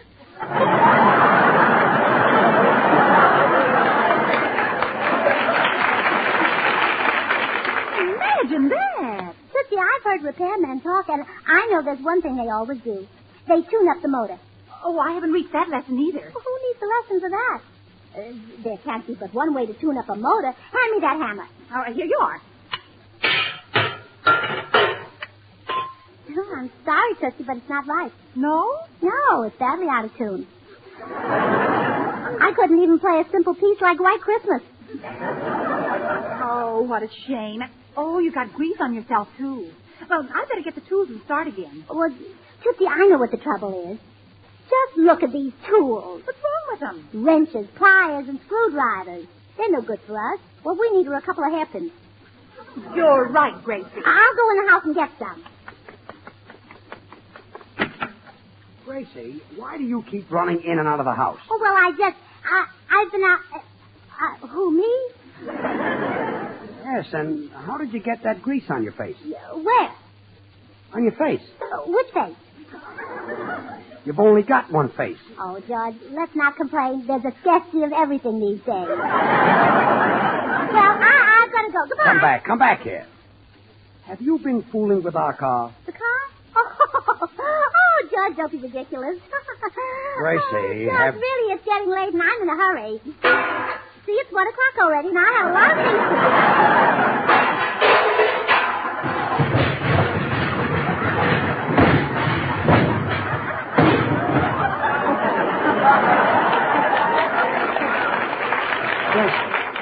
Gracie, holy smoke, what was that? I didn't hear anything. Come on. We're going out to that garage. Oh, now, George, please, keep calm. Remember your appendix. I had my appendix out 3 years ago. Well, I know, but it isn't right to forget it so soon. After all, it's part of the job. Come on. Tootsie Sagwell, what's going on here? Goodbye, Gracie. My car. What's happened to my car? Oh, now, George, don't get excited. Your car's all right. See, there it is right there. And there's some more of it over there, and some more of it right car. in the garden. Oh, my car.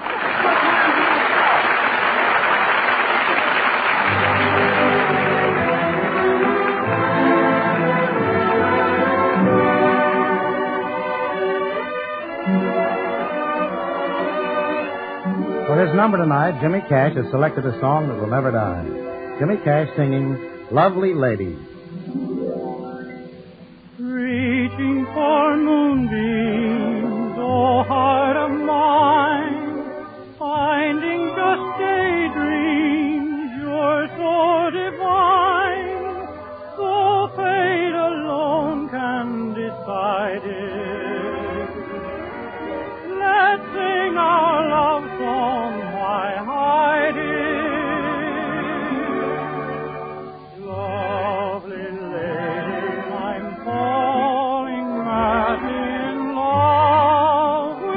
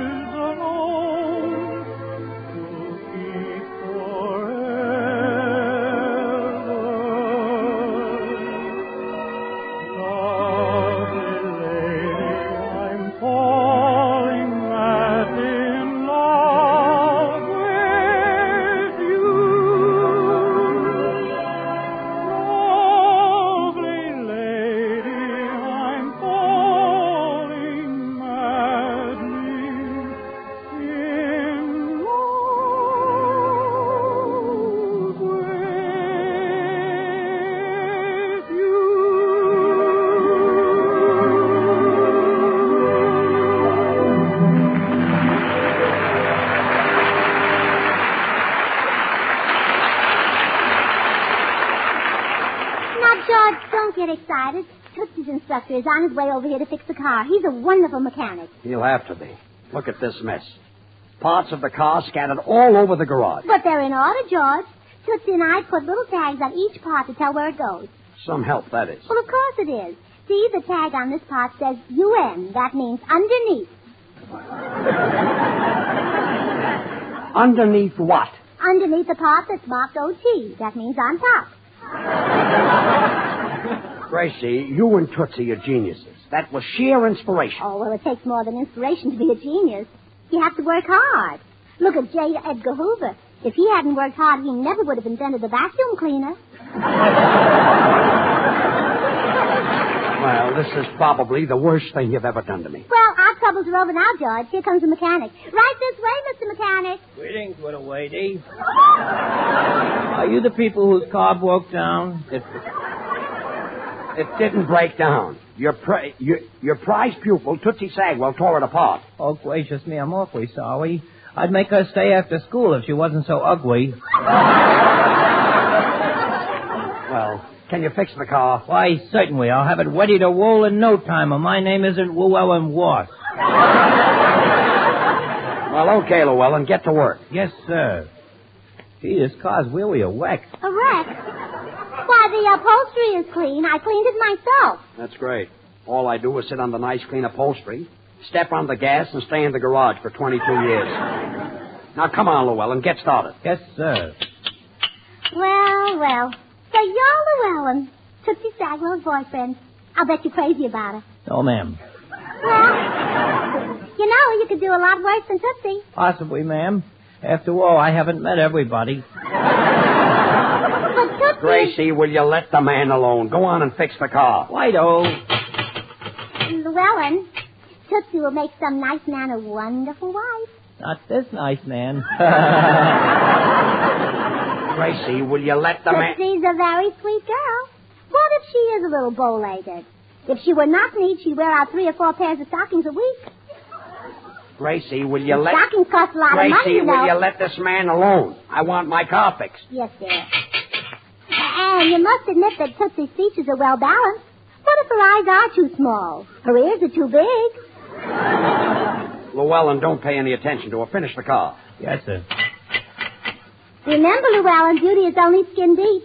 The girl you marry has to do more than just appeal to your eyes.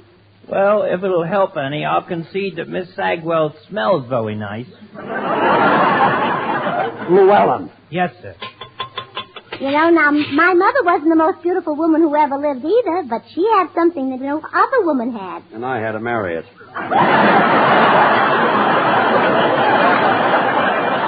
Gracie, once and for all, will you let the man do his work? I want this car fixed. Hi, George. Hello, Gracie. Hello, Bill. Well, Bill, I'm glad to see you.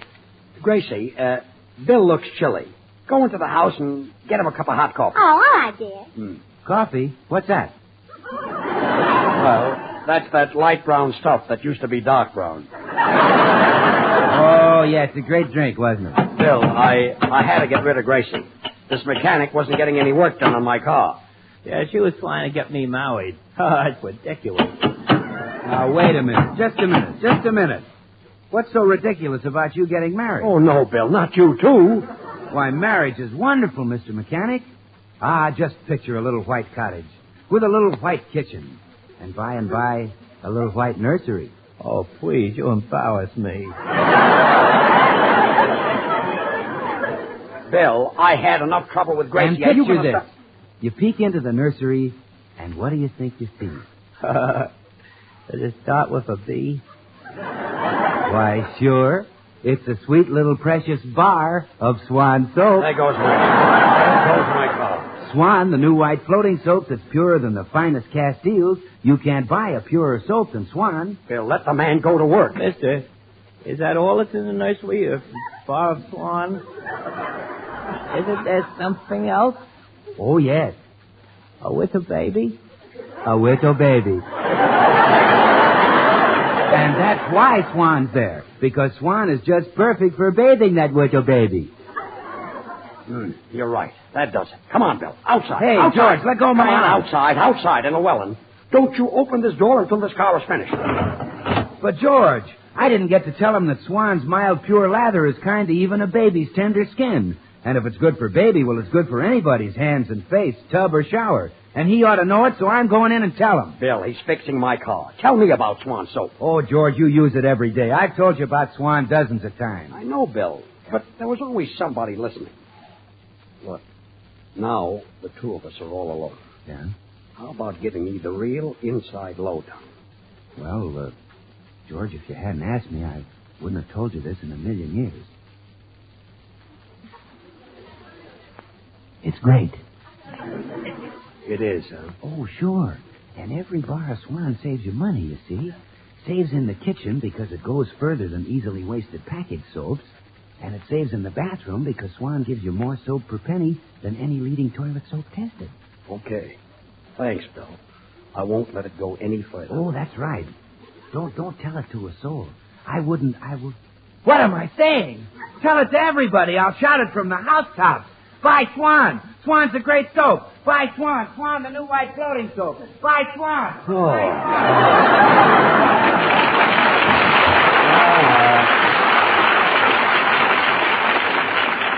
That's really a guy. Oh, George, where is Bill going? He left without his cup of coffee.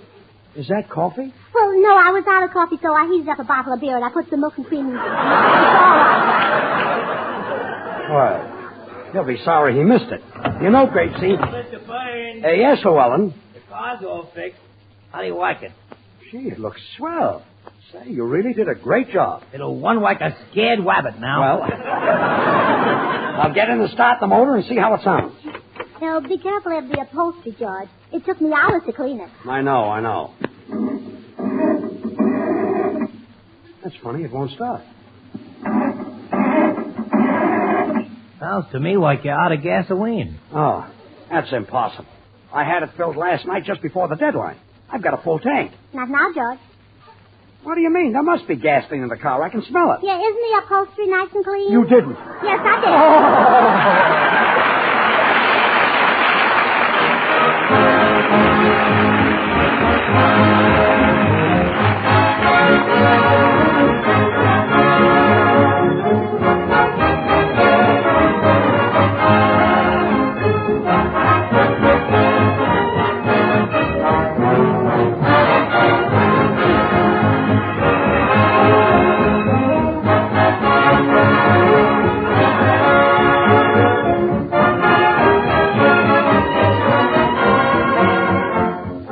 George and Gracie will be right back. Meanwhile, I'd just like to clear up one little point. Many of you women have long considered Castile soaps the standard of purity. So if a soap is pure as Castile, you naturally feel that that's really something. And you're right. Well, Swan is even purer than the finest Castile soaps. So try Swan. Try it for dishes, for every soap and water job in the house. See what it means to your hands and skin to use a soap that's purer than the finest Castiles. Well, here they are again, George and Gracie. Oh, George, I'm awfully sorry about the car. Oh, it's all right. But it wouldn't have happened if you and Tootsie realized one thing. There are certain jobs women do, and there are certain jobs men do. Now, overhauling cars, building ships, running steam shovels. Those are... I know what those are. Now, what are some of the jobs men do? Well, never mind.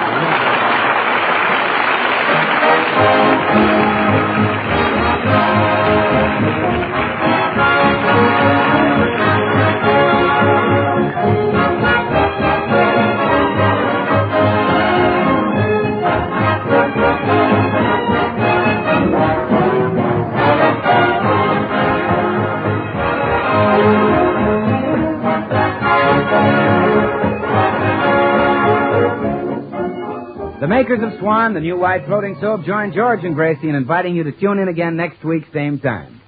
Remember, Swan also brings you Tommy Riggs and Betty Lou, Another Night Over Another Network. And now, till next week, this is Bill Goodwin saying, well, I, Swan, how about you? Good night.